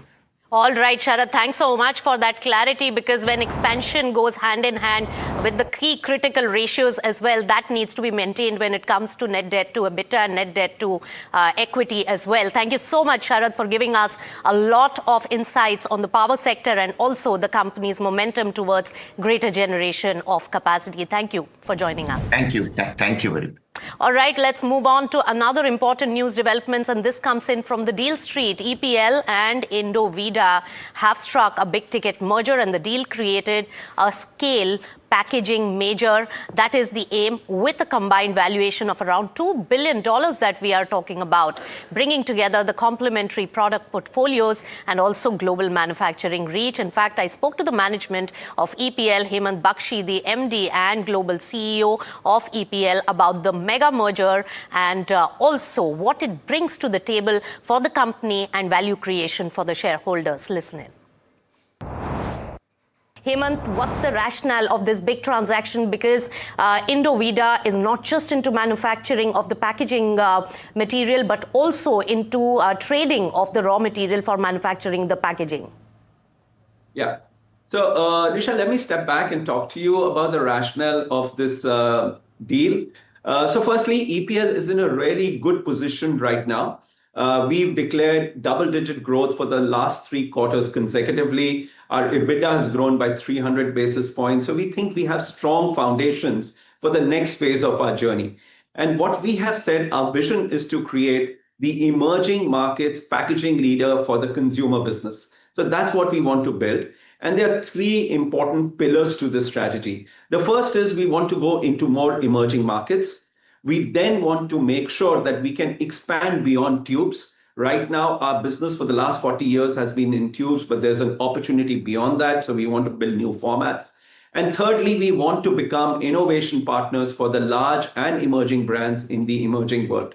So those are our three key pillars. And now talking about the rationale of the deal, firstly, it gives us scale. Our revenue goes up from where we are to $1 billion, so it doubles. Our EBITDA doubles. And in addition to that, our valuation becomes $2 billion. Secondly, this is a growth accretive deal because this takes us to many more emerging markets. 90% of Indovida's business comes from emerging markets. Post the merger, 75% of our business will come from emerging markets. Here, the penetration is low, the growth opportunity is much higher. This deal is also margin accretive. As a result of this, both our EBIT and ROCE will improve. It's also good for our balance sheet because Indovida is totally debt-free. It's a net cash positive business. And after the merger, our debt to EBITDA ratio will drop to 0.25. Right. We've also identified significant revenue synergies in the range of about 35 to 50 million, which will come through expansion of our footprint, expansion of our formats. But I think what's also very interesting is that this comes at a very attractive valuation. The EPL business has been valued at 12.5 times EBITDA, which in share price terms would be 339 rupees. Our share price today is 205, so it's a 70% premium to that. We've also been valued at 55% premium to the Indovida business. So in some ways, this ticks all the boxes. It gets us into new markets. It allows us to go into a new format of rigid plastics, and it allows us to leverage the technologies which Indovida has to become an innovation partner. So that's really what we are doing here, Nisha. But to answer your specific question, Indovida as a business is only in packaging. It's part of the larger IVL group, which also manufactures the raw material. But Indovida, the company we are merging with, is only in packaging. Right. Looking at the structure now, Hemant, Indorama Ventures will have a controlling stake and they'll be the co-promoters. So how will this really now, EPL as a business, work? Because the controlling majority has also shifted hands as part of this particular transaction. And you also said the parentage is into the raw material manufacturing as well. Yeah.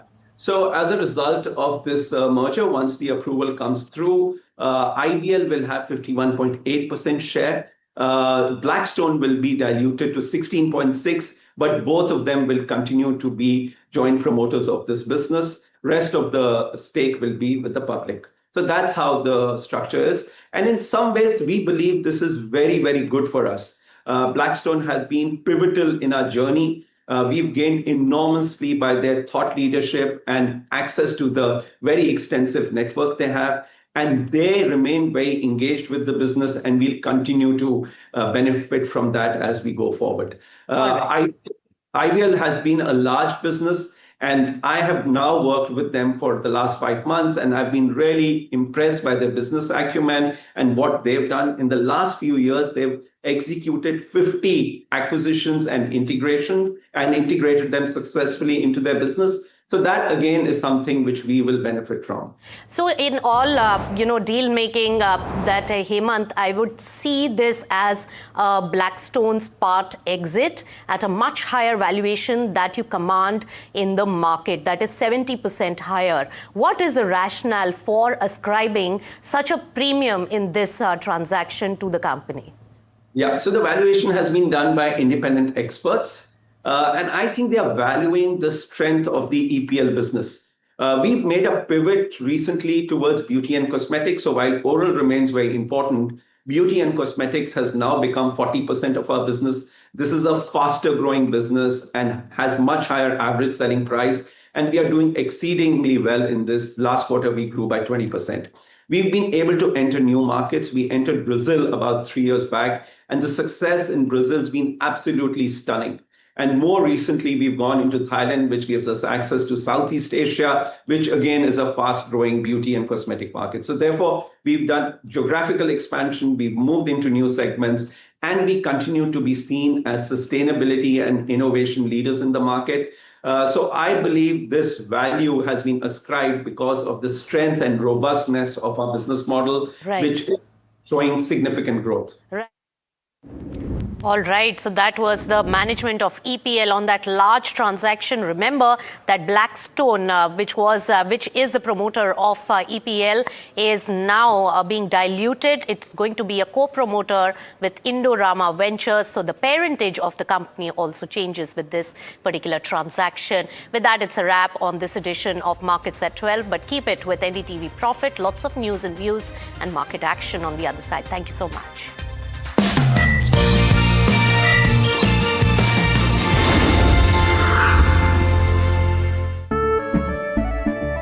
केसरिया से मन जोगी हुआ रे दिल झूमे देखो मतवारा हुआ रे केसरिया से मन जोगी हुआ हर पल मनाओ केसरी त्योहार विमल बोलो जुबान केसरी हाथ, ये जो हाथ है ना, सिर्फ लकड़ी ही नहीं, हमारा कल भी तराशते हैं। बंद हो या हो कोई स्ट्राइक, इनका शटर हमेशा खुल जाता है। इन हाथों का यही तो आपसे नाता है और इन्हें हम आसानी से लोन देकर अपना फर्ज निभाते हैं। केप्री लोन्स फर्ज निभाते हैं। Presenting the all-knowing, all-powerful Tech Guru. Whoa. Guru? I'm no guru. Okay. I'm just a guy who loves his tech. A show where the mysteries of megabytes and motherboards shall be unraveled. Bro, nobody talks like that anymore. This is all about connected ecosystems, EVs and AI that you can use in your daily life. That's what we do on Tech 360. Real talk, real reviews, tech that you can actually use. Tech has changed. So should your tech show. India, a land of story and resilience. 1.4 billion hearts share this home, and the responsibility to protect it rests with all of us. As India moves towards net zero, every step matters. Walk with us as we discover the people and ideas shaping a more sustainable India. India's Sustainability Mission, an initiative by NDTV.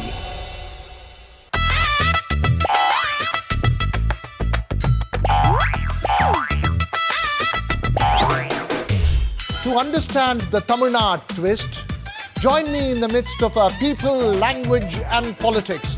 Vanakkam Tamil Nadu, here we come.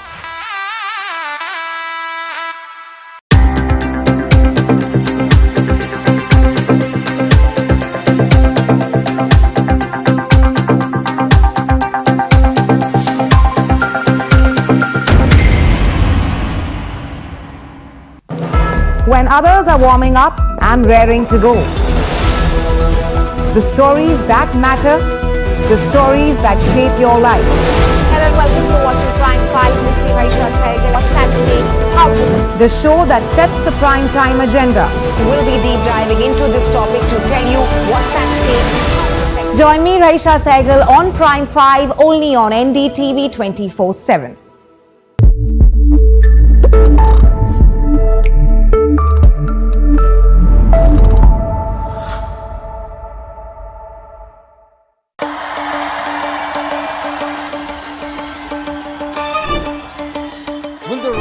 Sun win with a hand in hand?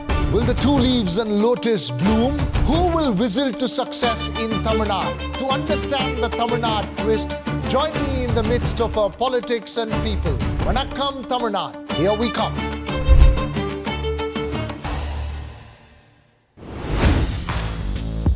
Hi, I'm Tamanna Inamdar. Watch me on NDTV Profit, where I break down the day's biggest business stories. What happened, why it matters, and what it means for your money. Hi, I'm Neeraj Shah. Watch me on NDTV Profit for the most incisive market intelligence and meaningful corporate conversations. And I'm Alex Matthew. Markets, mutual funds, insurance, personal finance. I help you cut through the noise and make smarter financial choices. And here's where you can watch us.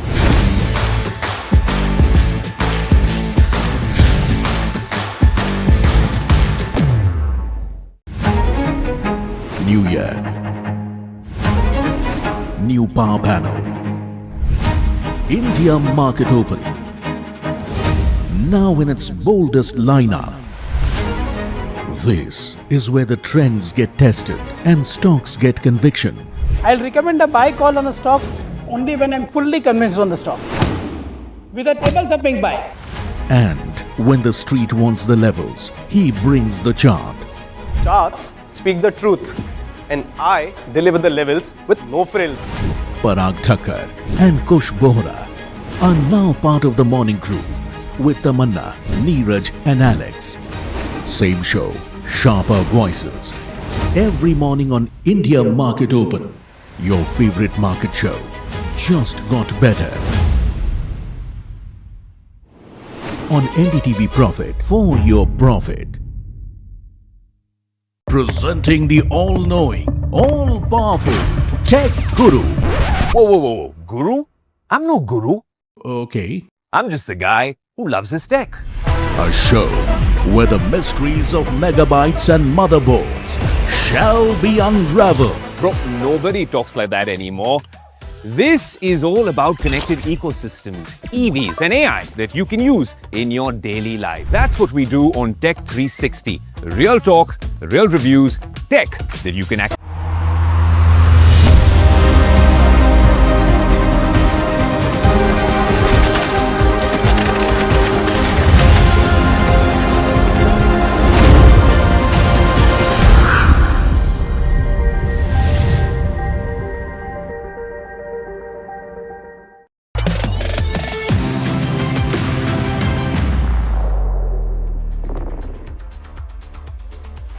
Hello and welcome to NDTV Profit. You're watching Trending Stocks with me, Hiral Dadia, and Somit Sarkar standing at the NDTV Profit Market Pit with all the action. Somit, good afternoon.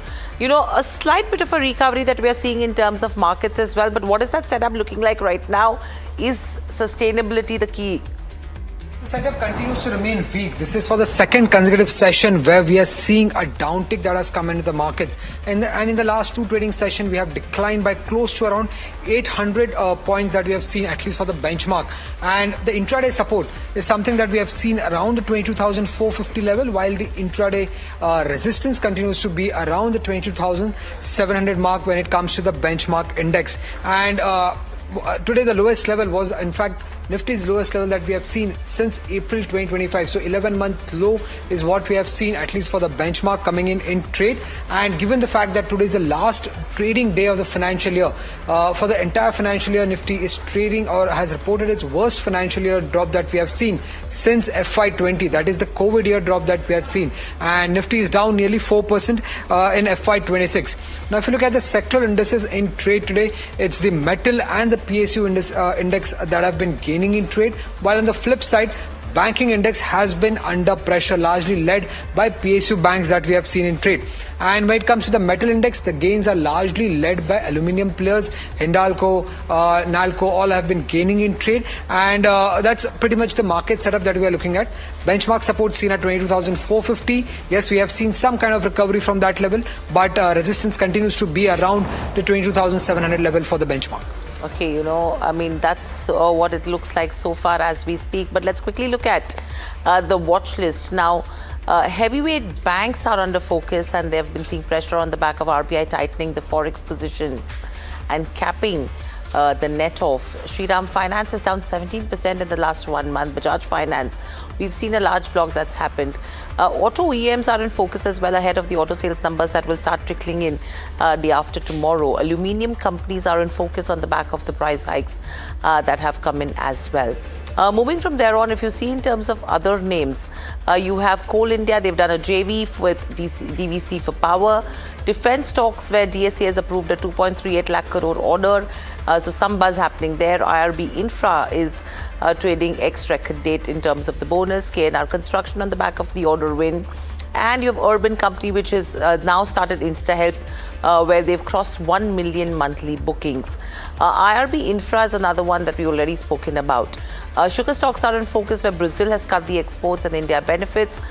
Blue Star has said that the key supplier issues are resolved, but there could be concerns on the back of the impact of the war. So that's the watch list. But let's go to Sumit Sarkar to take the rapid fire from here on with Gaurav Sharma of Globe Capital. Over to you, Sumit. Well, thank you, Gaurav, for joining us. Firstly, on rapid fire, it's IRB Infra. Now, the company has set its record date for bonus, but the interesting part here is also that the fact that in 2026, the promoter has bought nearly 2.1 crore shares from open market. Any view on IRB Infra, Gaurav? Hi, Samad. Good afternoon. Thanks for having me today. A stellar up move witnessed today on back of a good amount of volume. 2300 is pretty much likely. 23 levels are likely. Okay, KNR Construction is another interesting counter. Order win of close to 1,734 crore rupees from NHI. How's the chart looking like for KNR Constructions? A reversal uptake pretty much imminent here. One can take a stop at 114 and look for targets close to 126. And when it comes to Urban Company, they have announced that their Insta Help has crossed around 1 million mark, which means that the daily booking counter has moved to 27,500 as per analysts for the fourth quarter, as against 17,500 that we had seen in the previous quarter. A strong uptick that we are seeing on the Insta Help counter. But on charts, any view on Urban Company? I know it's a recent listing, but any targets? Good volume back buying was witnessed earlier as well. That somewhat subtle, and today again an uptick. I see it heading towards 125, 130 levels in the immediate near term. Okay, when it comes to aluminium names like Nalco, Vedanta, Hindalco, all have been gaining in trade, and this is largely because the two Middle Eastern aluminium producers were hit, and Middle East accounts for nearly 9% of the total production. And even in the Asian markets, if you look at all the aluminium producers have been gaining in trade, and similar is something that we are seeing when it comes to the Indian market. On charts, is it a right time to enter these counters? Firstly, a disclaimer, we have recommended it to our clients so they may have a positions. We are bullish on all the three of them: Hindalco, National Aluminium, Vedanta, in that order. Okay, when it comes to Coal India, the recent news is that they have formed a JV, but the stock has been on an uptrend. On a YTD basis, it has gained more than 15% on the back of rising prices and higher demand that is expected to come in the summer. But on charts, does Coal India look like an attractive buy? Certainly, it is looking impressive. Existing shareholders can maintain their position. Fresh longs also suggested immediate target of 475. Thereafter, it will head towards 510, 525 levels. Last couple of names will be on NBFC, both part of the Nifty 50. Firstly, Shriram Finance, down around 17% in the last 1 month. But in a recent conference, management has reiterated its guidance. They are seeing growth to be anywhere around 18 to 20%. They're expecting their cost of funds to come down. And also they're expecting the credit cost to be lower the next 2 years. That's on the fundamental side. But on the technical side, how's Shriram Finance on charts? It is looking very impressive. Again, a disclaimer, we have a buy rating on this stock, so our clients may be having position in it. Any decline from the current level is a good attractive buying opportunity. Even at current level, it is very impressive. Hold and buy is the recommendation. And lastly, when it comes to Bajaj Finance, even that counter is down around 17% in the last 1 month. On Friday, Society General sold off some of its stake in the counter. But the recent concern is largely coming in from the fact that it has a higher exposure towards unsecured MSME. And that is one of the concerns why Bajaj Finance is down, at least on the fundamental side. But on charts, Bajaj Finance, how's it looking? It is looking good. It has reasonably retraced to almost 50% as per the heatmap theory. Another stress towards 750 is likely. If that happens, a very firm buying opportunity. Hold and add. Back to you, Viral. Okay, thank you so much for that.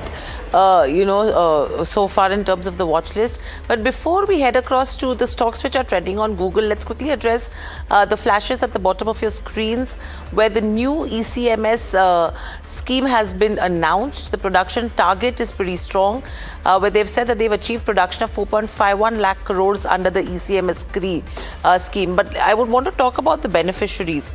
First up, we have a Dixon Technologies, which is in focus. Now let's pull up that one and see what Dixon is doing in trade, because the quantum is something which is interesting for a Dixon. I think it's 1,000 odd crores that you're watching out for in terms of Dixon Technologies. Sirma Strategic Electronics, which is again Sirma. They will be investing around 588 crores for laminates as well as flexible PCBs. That's what you should be watching out for. IFB Industries is another one that will be in focus as well, because they have also committed close to 40 crores for parts of capital goods under the ECMS scheme so far. So overall, if you're looking at close to 3 to 4 companies which are in focus. IFB, Sirma, Permanent Magnets is another one, which is a listed entity as well, which has been, which will be investing around 62 odd crores for relays. So far, 4 companies that are in focus on the back of the ECMS scheme. Very quickly, Gaurav, any views from a Dixon to a Sirma to IFB and Permanent Magnets, 4 stocks that we would want to talk about? We will still refrain from taking position in Dixon. It will still take some longer time. But as far as Sirma is concerned, among the 3 mentioned stocks that we track, this stock looks attractive at the current juncture. I don't see much of a slide coming in. 750, 740 is a very important strong support zone. So any further decline would be a good adding up opportunity. Take a stop at 700 around that levels and go long for targets close to 850 and beyond. Okay, so that's with regards to where the ECM scheme goes. But let's focus on stocks which are trending on Google currently quickly and see what trends are indicated from that and as well. If you see in terms of stocks that are trending, IRB Infra, HEG, interesting, CMPDI is the new listing, Acme Solar and Bharat Forge. A quick one in terms of IRB Infra as well as HEG, because HEG Graphite have been on an uptrend since the last couple of trading sessions. Gaurav, anything that you're witnessing right now in terms of strategy? I think IRB is looking quite attractive at current juncture. 2300 is the immediate upside target. If that is taken out, this stock will quickly head towards 24 and much higher levels.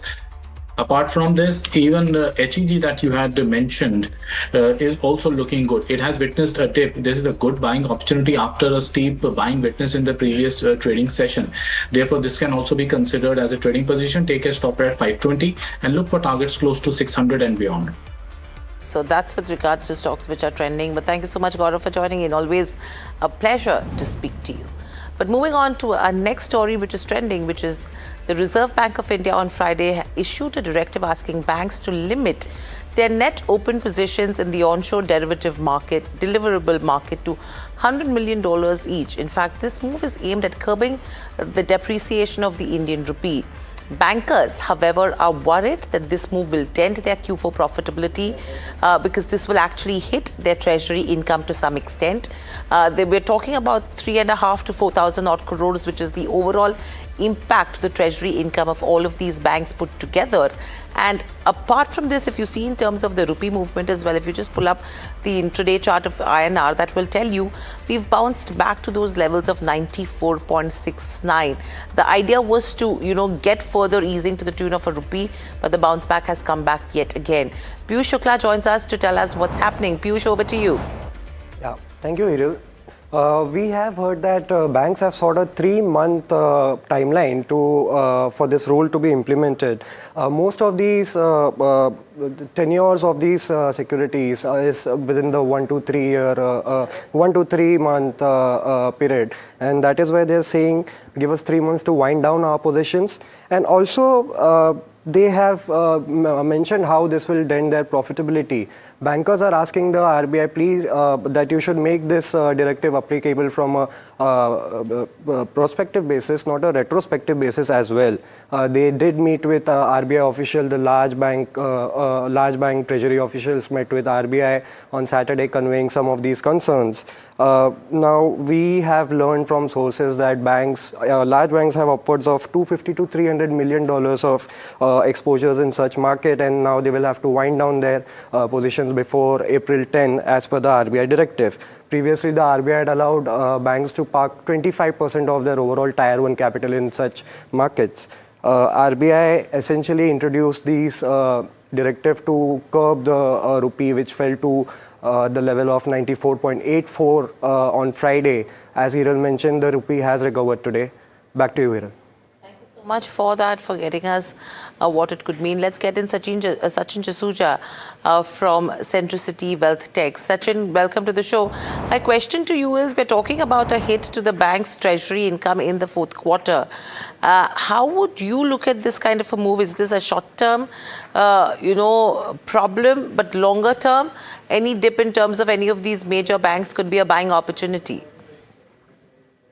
Yeah, from the only, if you talk about the treasury income perspective, I think then if the stocks are down, it creates a buying opportunity from that perspective. Because see, market will always look at that what kind of credit costs these companies are having, how they are growing in terms of credit growth, etc. And this looks like, see, there has always been a free market in that sense, but RBI has to come up to bring these norms to curb the speculation specifically, right?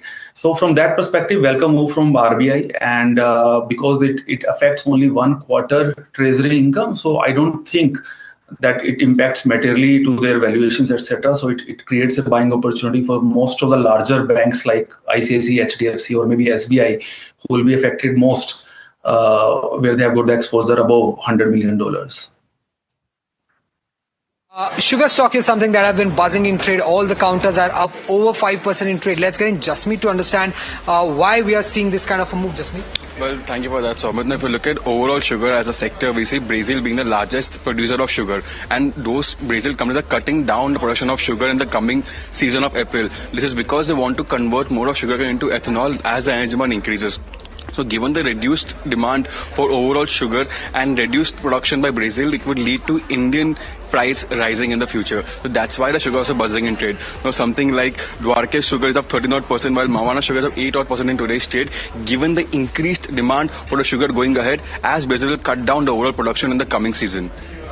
Right. Well, that's all you had to know about sugar. But Sachin, how are you looking at sugar counters? Any stock that looks attractive at the current valuations? Sugar has been a cyclical, play always, but now, given that, ethanol has become a very critical play, and where the, blending has gone up, now it is 20%, maybe in coming years it will go up, even if we cap it here. So from both the perspective, now it is slightly diversified. So the play has become better as compared to the past, but still, I think the better play will be engineering companies who are playing with this ethanol play, the companies like Paraj Industries, rather than the pure play on sugar side. With regards to where sugar companies go, but let's talk about India's defense sector. A big boost coming in on the back of the 2.89 lakh crore outlay that has been approved by the DAC. Varsha standing by to tell us all the beneficiaries. Varsha, over to you. Well, thank you so much for that. The 2.38 lakh crore approval, this spans across or covers Army, you have Air Force and Coast Guard. And also, if you see, a government has given 2 small contracts to missile systems and, of course, aircraft servicing with Boeing India Defence Limited.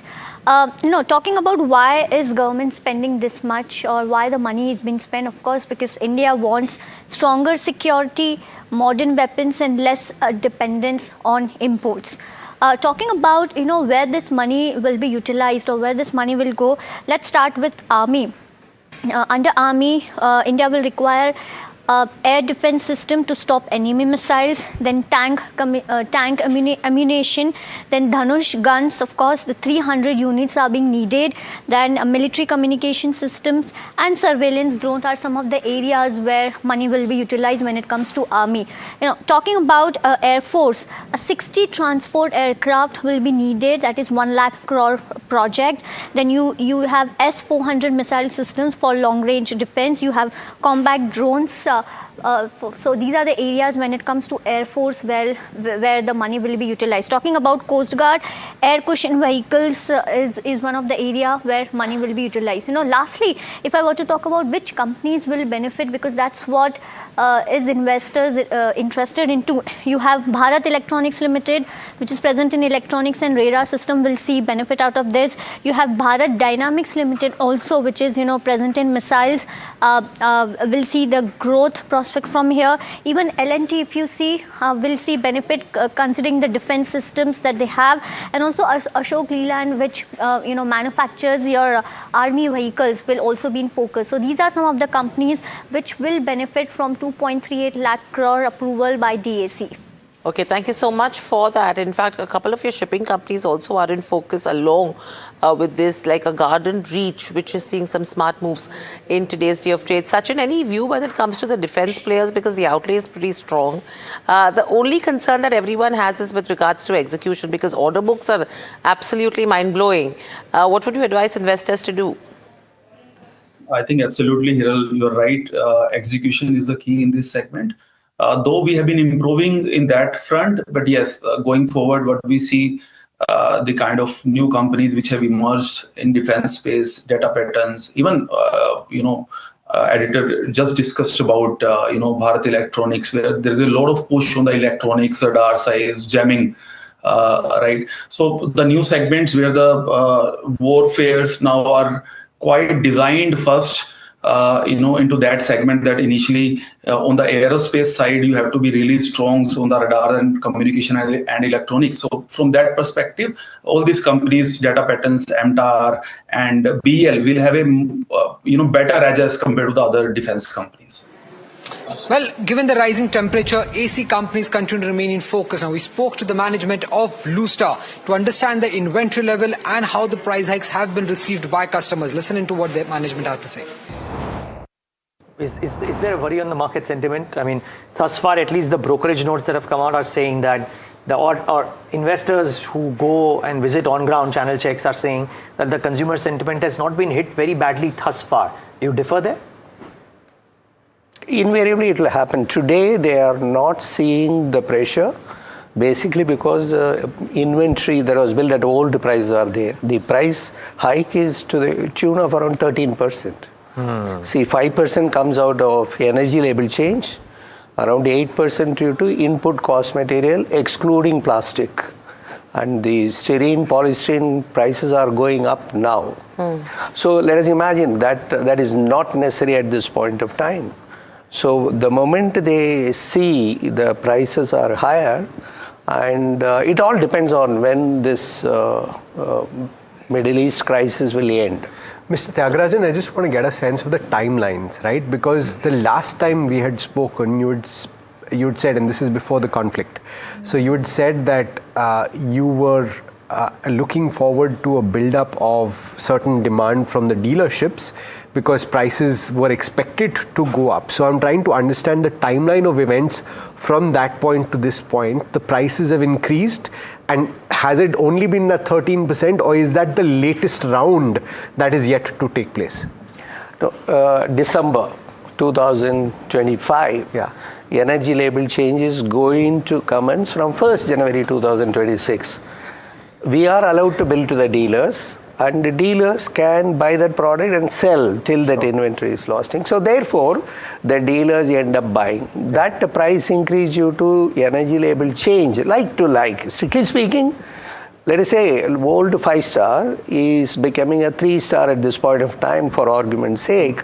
The price remains the same only, but there is a new 5-star now with a higher energy efficiency, which will cost more. So that's the management in terms of Blue Star talking about how the summer could potentially be difficult as well. The stock down nearly 3.5%. Such in quick view when it comes to AC or, cooling companies, because the summer has not started as much, the way everyone had intended it to be, but there is still hope. Yes, there is hope. Last summer was not good, so it impacted almost all the companies like Blue Star, Voltas, PG Electroplast. But yes, there are hopes that this time it will be better. And, the companies are also changing their models, getting more energy efficient. And even though the inventory is taken care of, till now, that's what we hope. And going forward, the season should be good. But yes, still, I think what investor can do, that they can always go for the companies where the AC is a bigger play, but it's not the only play. Where the companies like EMS companies who are building up ACs also, washing machines also, and there are other electronic components also. So it gives a diversification from that perspective. So from that perspective, PG Electroplast, Dixon kind of play can be more resilient and diversified play rather than the pure play on the AC side. Okay, so that's with regards to our AC manufacturers. But thank you, Sachin, so much for joining in. Always a pleasure to speak to you as well. But the key from here on is going to be, how is April expected to look like in terms of markets? How have they been historically? And, this time probably maybe slightly different. But let's understand the seasonality in the month of April. Somit is with us to take us through that. Somit, over to you.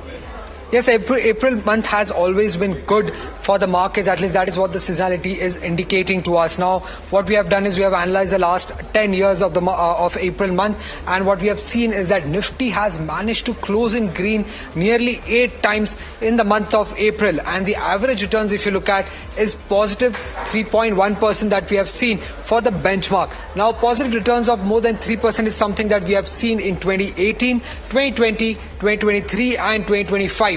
And the most interesting part here is the fact that the highest return that we have seen in the month of April is in 2018 and 2020, where index gained 6 to 15%. And in both these instances, in the month of March, we had seen a weak month and a weak closing. Even in this time, in the month of March, we are down around 9%. So we can expect similar trend that could happen in April 2026 as well. Now, if you look at the mid-cap and the small-cap index, both the indices have closed in green. 9 times is what mid-cap index has closed in green, while the small-cap index has closed in green 8 times, while the average returns are close to 4.8 to 5.6% for both the mid-cap and the small-cap indices.